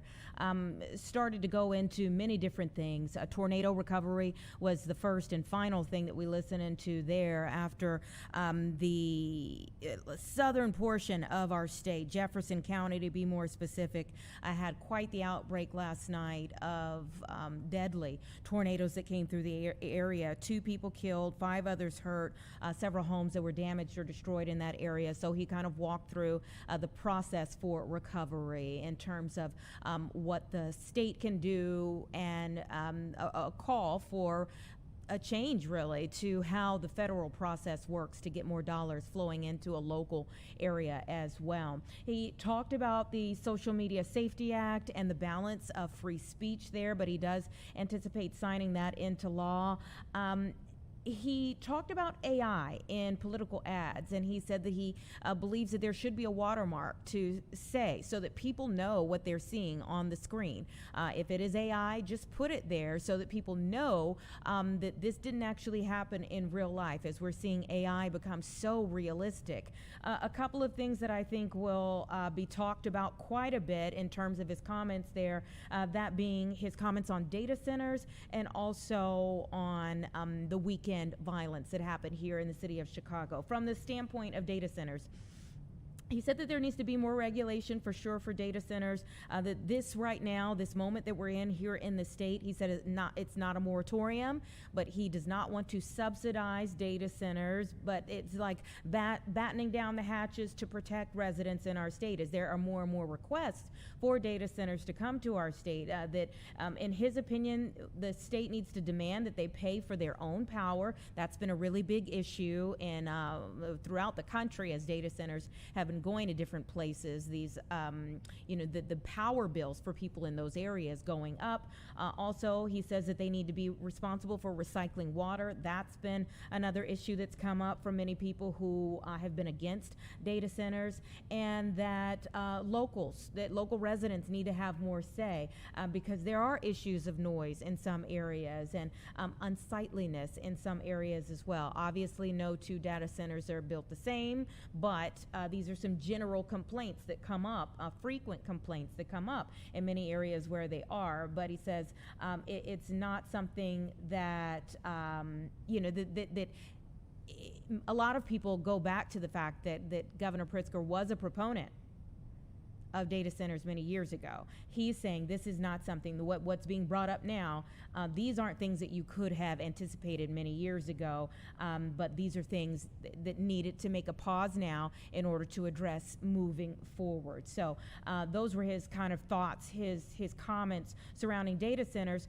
And then when it came to the violence that we saw here in our area over the weekend, he was responding to President Trump's insinuation that the National Guard, this isn't a new insinuation, that the National Guard needs to come here to the city of Chicago. We just had a weekend where 7 people lost their lives and right around 40 people were hurt as a result of gun violence in just the past weekend. So President Trump has said that he can make Chicago safe again, but Governor Pritzker pointed out, larger things like, the war in Iran that he feels that President Trump needs to be more focused on. He pointed out the fact of what's going on in the Strait of Hormuz, and he feels that the president didn't calculate that impact very well in getting into this conflict. Also, he talked about the reflecting pool and the issues that are there right now. He feels that President Trump didn't calculate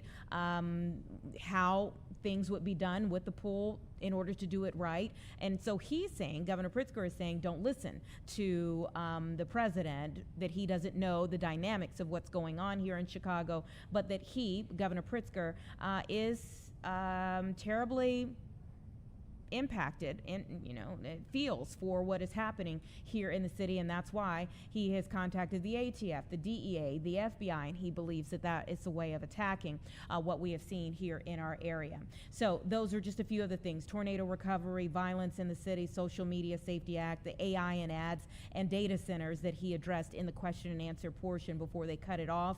We are going to take 2 minutes. It's about 3:15 here, and we do have a few discussions to get into before 4 o'clock. We anticipate talking about the empty nest syndrome with Realtor.com here, and millions of young adults that are delaying life on their own. So mom and dad getting, more company for a while, not empty nesters for a while. And then we'll also talk about the Chicago Hounds in an incredible season that they just finished up, finishing their season undefeated. Give us 2 minutes and we'll get to those conversations and more.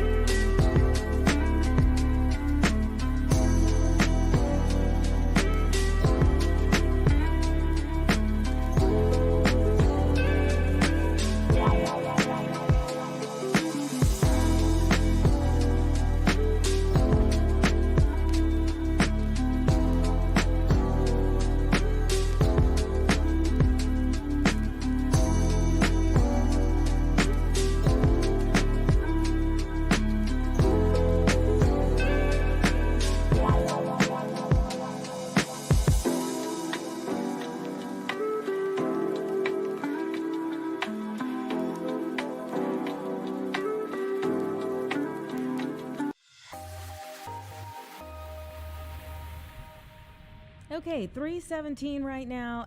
Our empty nest a thing of the past? We have talked so much about affordability in the times that we're in, and that being a term that is so quintessential to the year that we are in and how people are feeling and what's going through people's minds. That is it delaying people actually getting out on their own, young people getting out on their own. So we have a senior economist for Realtor.com, Hannah Jones, who is here with us again. You authored a new report on this particular topic. What did you find? Yeah, thank you for having me. So we found that about 1 in 3 adults under the age of 35 are still living at home with their parents. And so this is, a record-breaking 25+ million adults that are living at home. Now, is it the age of it all that is most gripping for people? Because 35 seems, 25 and 35 is a big difference. But is it the age or is it the amount of people?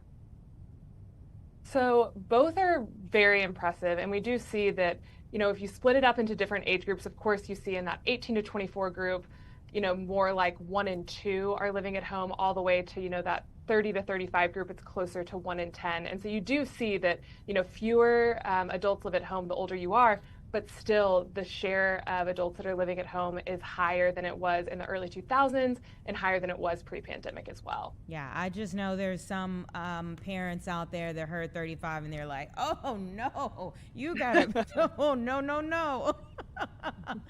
But I guess, there are some positives to it as well. Yes, absolutely.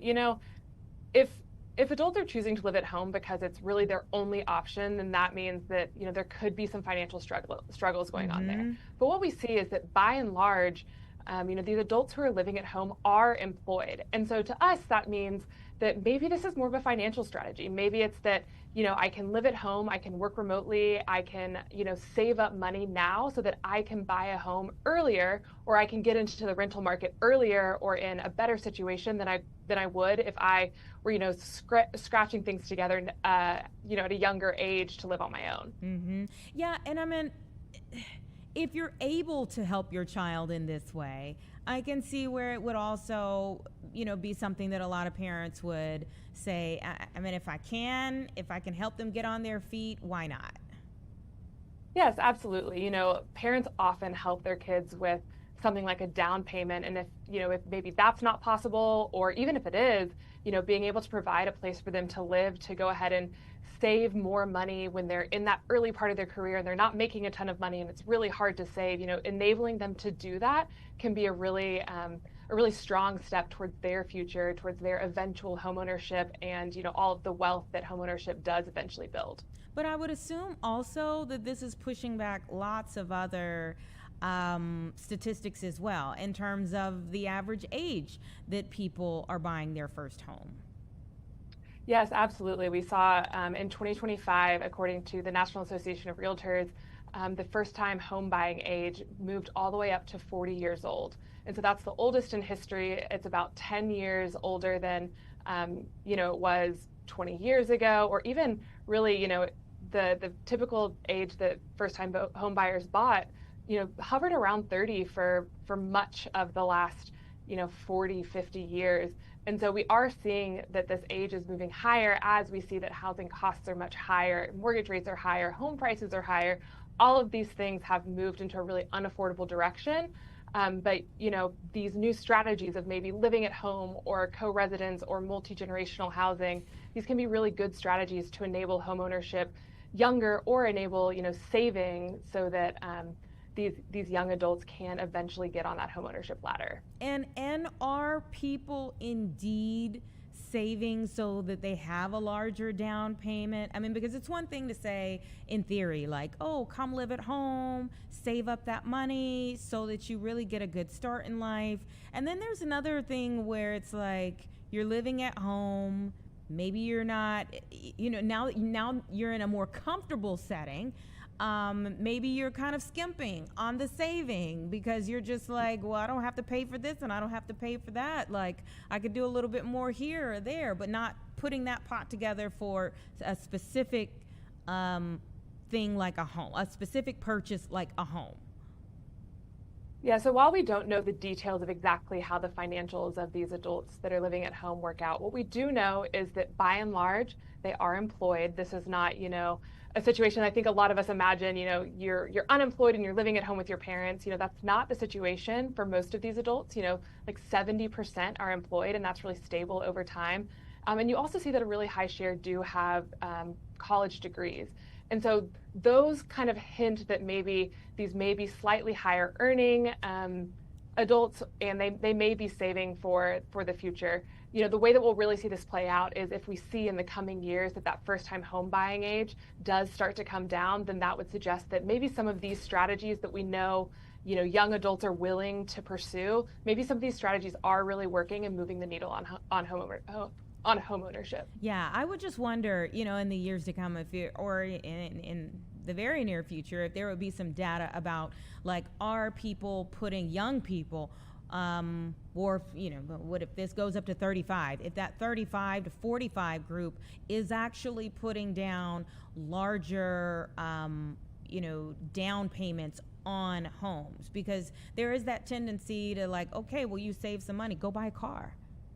You know what I'm saying? Like, instead of that money that you saved going to a home, and you get to a point, especially in your mid-20s, where you don't feel like your parents can really tell you what to do, and so where they're saying no, save that money for a home, but you're like, I want to drive a fly car.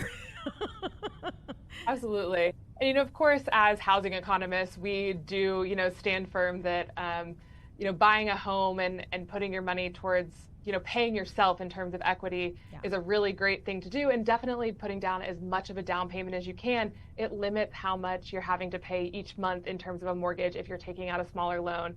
And, we know that, a home is like the most significant financial asset that many households have. So of course we recommend, saving that money and, maybe buying the used car that's really sturdy and, saving that money to put down a really nice, healthy down payment on a home so that you can make sure that you're locking in those housing costs that are really doable for you in the long term. I agree with everything that you just said there. I hope some 25, 30, 35-year-olds heard you and take your advice. All of it was true. So what is the housing market like right now? So the housing market is showing some signs of, positive growth. Last year we saw that home sales were still, near multi-decade lows.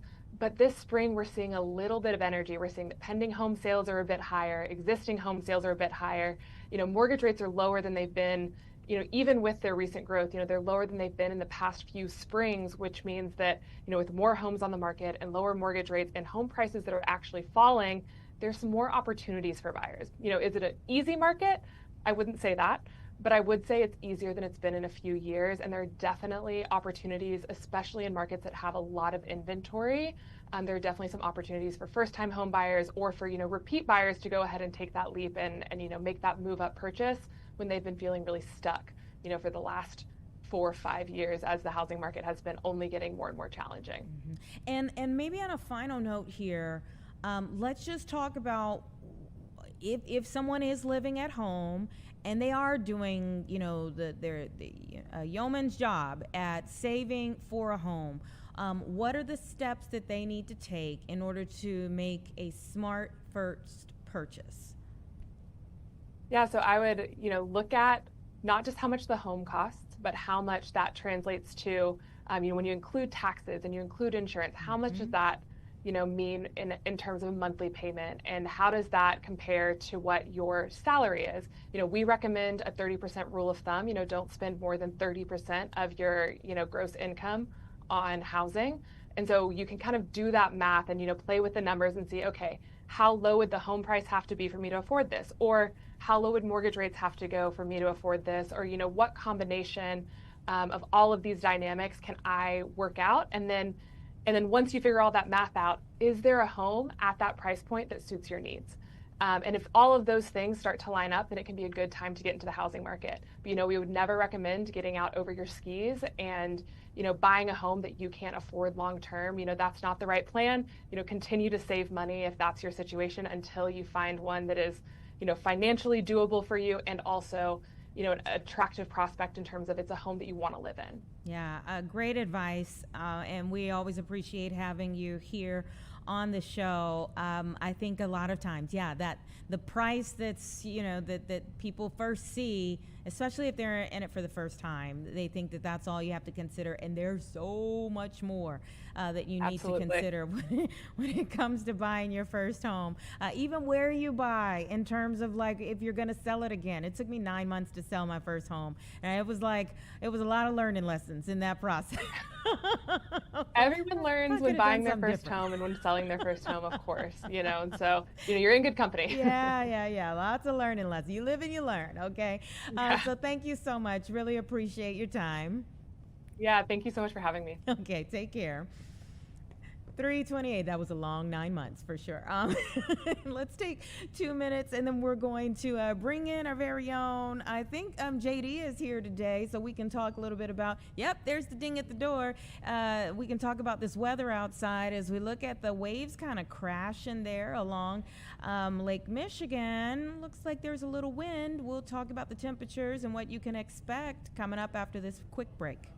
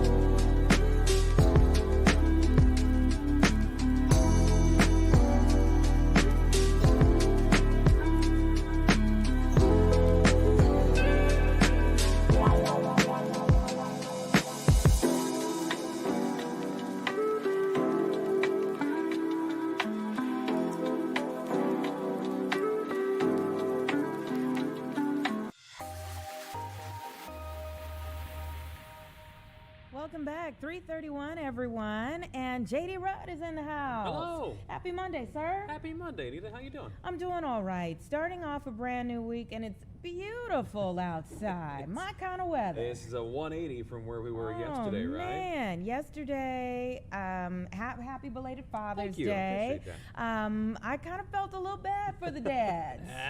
It was a great excuse for Dad not to have to do anything. Oh, I would. It's raining outside. I'm just gonna enjoy Father's Day. There was really no way around it. Initially, I wanted to be like out on the patio for Father's Day, but we ended up going inside and just looking out on the river, and it was just a dreary day all day. So all of that kind of moved out? Moved out overnight last night into the wee hours of this morning. It wasn't copious amounts of rain, but I've seen some numbers. It was a solid ½ inch to about 3/4 of an inch. Some areas around 2 inches of rain. we didn't necessarily need it, but it's one of those, how do I put it? If you're a millionaire and somebody comes by and drops an extra $10K into your bank account, do you need it? Well, no, because I'm a millionaire, but hey, it ain't gonna hurt.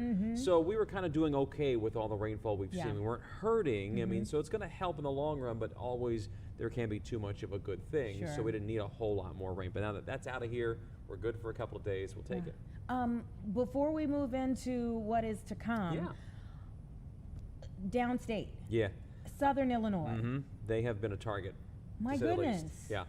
We had it last week. We had it again yesterday. I have yet to see some of the official numbers. The Weather Service crews are doing their best to go out and survey and everything else like that. But we had numerous reports of tornadoes. We know for sure there's at least 3 or 4 confirmed ones just from yesterday alone. We've talked about on prior newscasts how Illinois is now the leader in the country for tornadoes. We've also broken our own statewide record already. And there's still plenty more severe season left to go, plenty more tornadoes to confirm just in Illinois. So this has been an incredible season, and again, we're not done yet. Nowhere close to being done.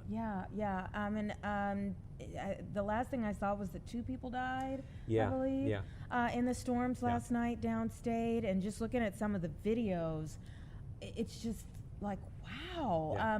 Especially given the fact that yes, we had a dreary day yesterday, but nothing that would give you the indication that that was happening. No, not here. We were on the top end of that storm system, very similar to last week. We kind of got rained down and pushed all the better dynamics down to the south. It was the same thing yesterday. It was a lot warmer, a lot more humid, a lot more volatile down there. And so it created some very big, nasty storms in a hurry, some of which that were very powerful. I know that our area had a couple of fatalities, and I believe it was the day before on Saturday, that same storm complex was over the Central Plains, produced an out-of-nowhere tornado in Kansas, which also took a life. So, I mean, it was a deadly weekend, unfortunately, for these severe weather outbreaks across the region, if you will, and it's a tough, severe season. We've been doing so well in terms of keeping those fatalities and even the injuries low, and then something like this happens on a Father's Day weekend. It's tough. Yeah, very tragic, and it all happens so fast every time. So now that the storms are behind us, and I mean the governor was just talking about like recovery efforts down there, but now that we are in the clear today, I mean, it's a remarkable difference that you even feel the minute you step out. Oh yeah, it's huge. I mean, it's night and day difference from where things were. So it's like, okay, wow, a switch has been flipped. Here we are. It's that, again, back and forth weather we always seem to deal with around here. Yeah, but this is the kind of weather you just know you can't hold on to for too long here in Chicago. No, because now we're past the halfway point of June. We're officially into summer now, even though it didn't feel like it yesterday. Yesterday was the start of summer. Now the clock is ticking until we get hot and humid and stay hot and humid. So if you're a Goldilocks fan, you go not too warm, not too cool. Today's our thing. This is it for you. I mean, a mixture of 60s and 70s, but you look at this map and you think of all the sunshine outside and you go, well, why is it so cool? Why, especially up against the lakefront? The wind has picked up. It's out of the northeast, and it's that northeast wind coming across the cooler lake waters. Lake water temperatures are still, as you see here, anywhere from 58 to about 63, 64 degrees. That's chilly. So you drag that air across the chillier water and it chills down the air, which means the lakefront area is still on the cooler side. But the more days that we get like today with sunshine, it's going to heat up that water, bring those water temperatures up. And in the next month or two, it's the time of the year when the season shifts and the lake becomes our friend. It keeps the temperatures up overnight, cools us down on those very extreme hot days. Just not one today because it's cooler by the lake. But let me show this to you real quick. So 70 stick around for the bulk of this week, but then just in time for the weekend, look at this jump. Anita, 80 on Saturday, and then Sunday, oh hello, 89 degrees. Monday of next week, 92. That's why I'm saying, if you don't like the heat, don't like the humidity, this has been your Goldilocks stretch. So soak it up. Our 1 week stretch. we had a little bit last week where it wasn't overly hot, overly humid, but last week and the week before we were dodging storms on a Wednesday and Thursday. And this week is going to be the same, Wednesday, Thursday. We're pegged for rain and storms. Now, the difference is, as it looks as of this moment, it doesn't appear to be severe for us on Wednesday nor on Thursday. Doesn't mean things can't change in the next day or two, but the dynamics, once again, don't seem to be there for our area this Wednesday and Thursday. Well, let's hope not. That, you know, I mean, rain is one thing. The severe weather, it just changes everything. Yeah, for sure. In an instant, whole lives can be changed. Everything you thought you were going to do is now on the back burner, and you're going into recovery mode or rebuild mode. It's in an instant, as they say. It's so cliche, but it can happen that fast. And we've seen it the past day or two. And when those temperatures tick up, our humidity is ticking up. Oh, yeah. This time of year, the heat always brings a friend, and little old humidity likes to come in and go, hi, hello, it's me. Just that air that is hard to breathe and everything else like that. Again, that's why I'm saying last week partially, this week partially, is great for those who like to be outside and not deal with the heat and humidity. However, I do know once you get outside of the city, we're starting to get in that time of the year. There are some farmers who are working some of the fields. They're turning things. Alfalfa farmers are starting to do their mid-season cutting. So if you got allergies and pollens and things like that, it's the time of the year you go, oh, this is back. Listen, they have heard me hacking over here. They have heard me hacking in the commercial breaks. We have found the culprit for Anita, then. It's probably the hay in the air. Yeah, definitely. I was like, I don't think I was out for that long today. Like, all it takes is a little bit. All those spores it does roaming not around. take long. Yeah. It does not take long at all. Okay, all right. I mean, so the other thing that I thought about yesterday, you know, yes, summer is now official for all of us. I know you all turn the meteorological clock at the top of the month, but it's official for all of us. And then I was like, oh, JD's words. Yep. Say it. So now we start to lose daylight. And I'm putting together a graphic for that to show later on today. So yesterday was our longest daylight hours of the year. We're losing about a minute today. We'll lose about 45 seconds to a minute tomorrow. It's a gradual descent, but we're losing it. Now, our sunset times in the evening are going to stay at 8:30 all the way through about the 6th or 7th of July. But in the morning, the sun is starting to rise a little later, a little later, a little later, so the overall daylight is starting to shrink. We spend all year getting to that pinnacle, and it happens, you blink and you go, oh, this is it. It's so fast. I know. I mean, it's just so fast. It is. Every single time, every single. But this doesn't mean we're headed to fall immediately. I mean, we only have 91 days of summer left to go. But we're gonna get there. We're gonna be fine because it's gonna be hot. It's gonna be humid, and we do this every year because we wait for things to warm up. It gets warm, then it gets really warm, and we go, you know, fall would be good right about now. And come August, September, everyone's itching for the pumpkin spice and the flannel and everything else. And it's like, what are you doing? Why are you celebrating this? Because you know every year what's gonna follow fall. Winter. Every season has its own complaints. Trust me, I know. Every season has its things that we look forward to, and its own complaints for sure. So, and I'm sure there will be some folks out there who will try. We'll try to just enjoy the week that it is. One day at a time. One day at a time, and be thankful that the rain that is headed our way won't be more severe. Hopeful that it's not more severe. That it won't be. And we'll listen to you very closely, and I'm sure you'll keep us up to date if you see any changes along the way. I'm trying to think of, you know, I mean, this past weekend was like the taste of Randolph Street. Obviously, the taste of Chicago is coming up, but it's not in your 7-day range. And so there's plenty of things that are like on the way where we're like kind of looking at it and like, okay, it's not in purview just yet.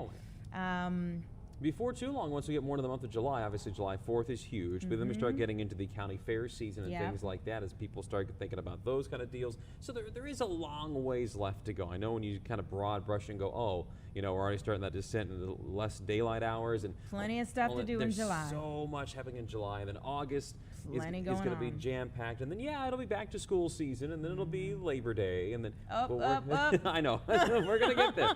One day at a time. My only hope is that we can kind of rid ourselves of the nastier thunderstorms and get a stretch where, even if it is a little hot and humid, just get out and enjoy it and not have to worry about, is this the week where my house gets blown away? Is this the week where I have to cut down another tree? Is this the week where I lose power again?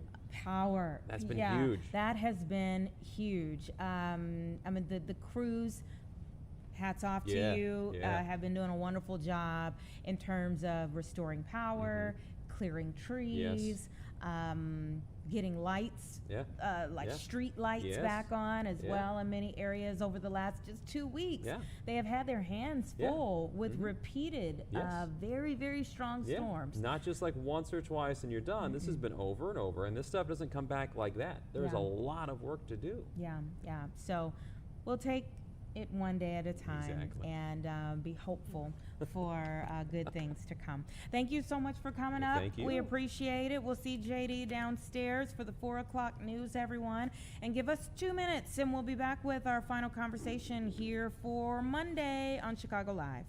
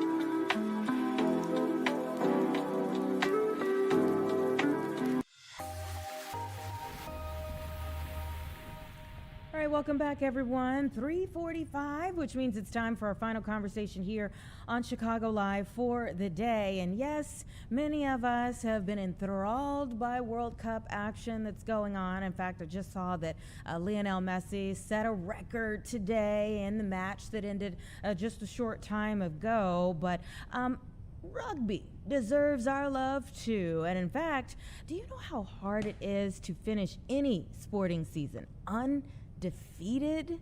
Well, the Chicago Hounds have done just that, and we're so glad, so proud to have head coach Chris Latham, who's joining us today. Congratulations, sir.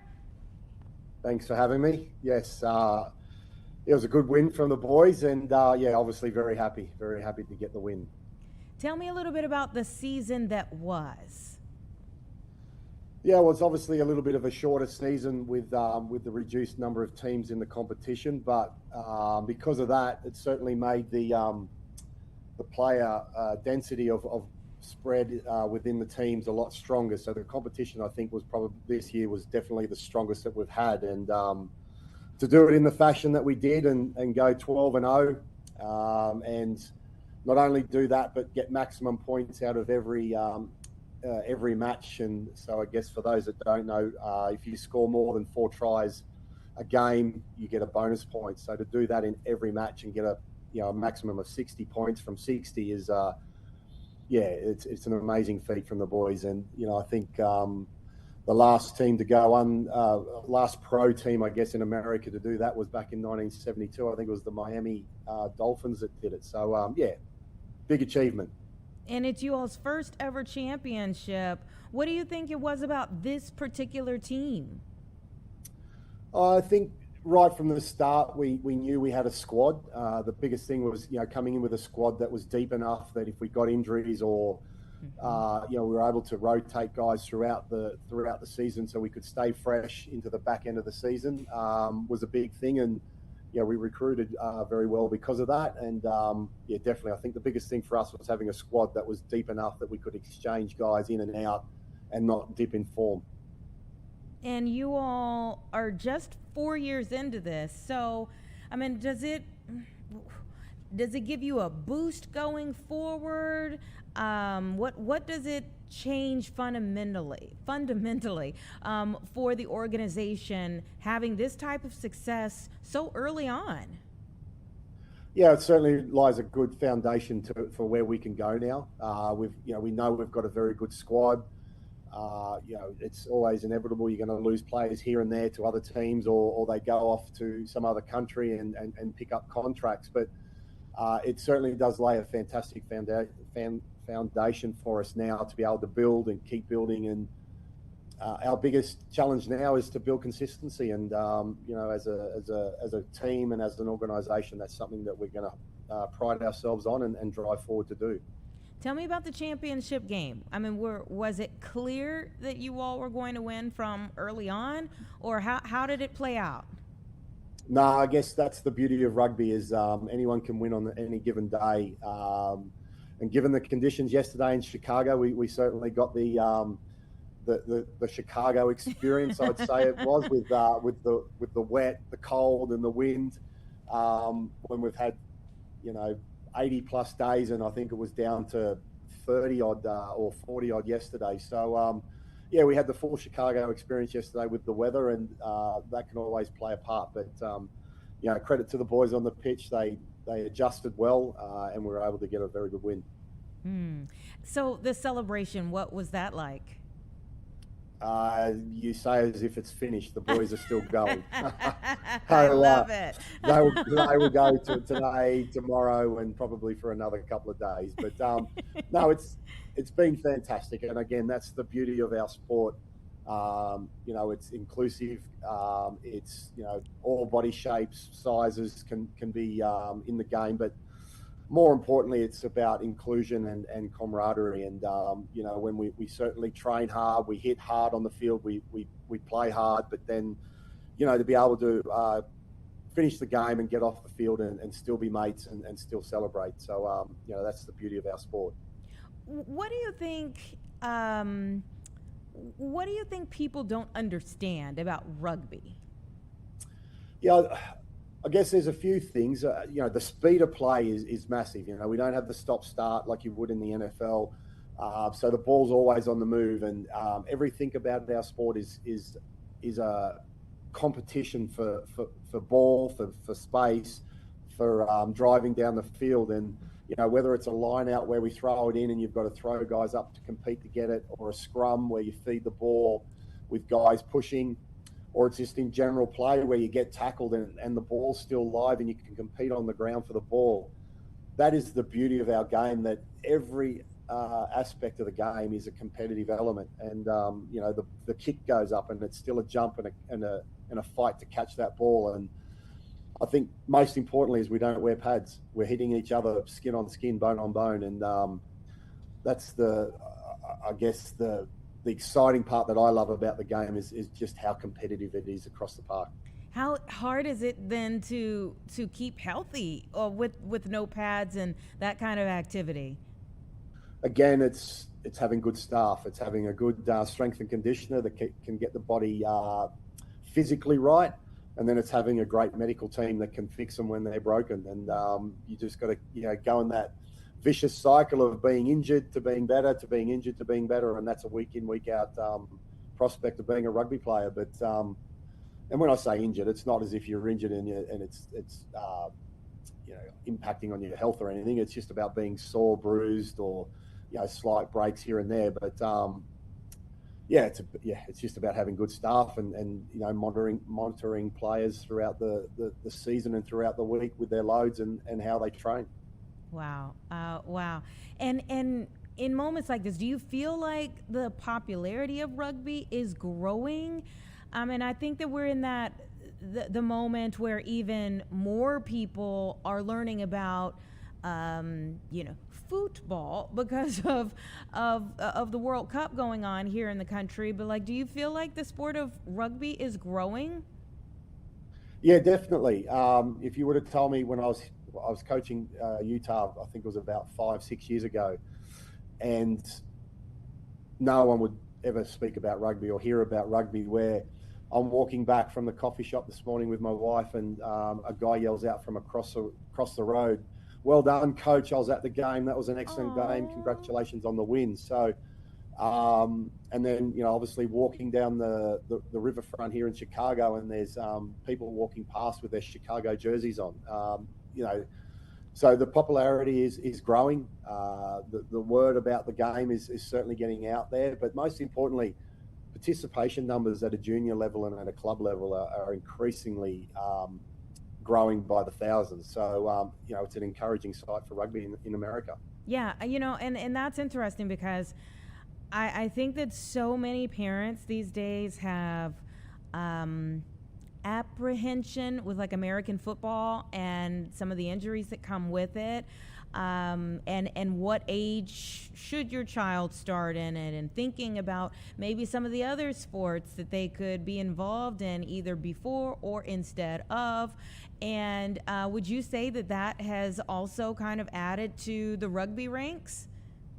Yeah, 100%. I think, with NFL and from a junior ranks, you see, kids with helmets and full kit, and it almost makes you feel invincible. Mm-hmm. So tackle technique and the ability to put yourself in a safe position to make a tackle really doesn't come into the equation. But with rugby, because we're bone on bone, there's always that self-preservation. There's strict protocols around junior development on, how junior players are either allowed to tackle at a certain age or they're not. And then particularly in the tackle tech, there's a lot of work that goes into making it safe for kids to get into the game. So, I think World Rugby does a fantastic job of making sure that we protect our kids and protect our development of our kids going through the ranks of moving up. And, we also have weight laws or weight restrictions. So, kids are either playing up or down depending on their size as well. So, from a junior development point of view, I think that's important, and the protection of our children. And when did you start playing rugby? I was quite late when I started. I was more of a soccer player when I was younger, but I started very, very late when I was 18, and quickly moved through the ranks and went up. So, I was probably one of the few that didn't start as a school kid and play through. Yeah, wow. And to think of all that you've been able to achieve, is it fairly easy to learn? I think if you love of a fast moving kind of sport where you're always having to think on the go, not much time to really, I guess it's more about attacking and playing on instinct than anything. So if you love that kind of sport, then it's an easier sport to pick up.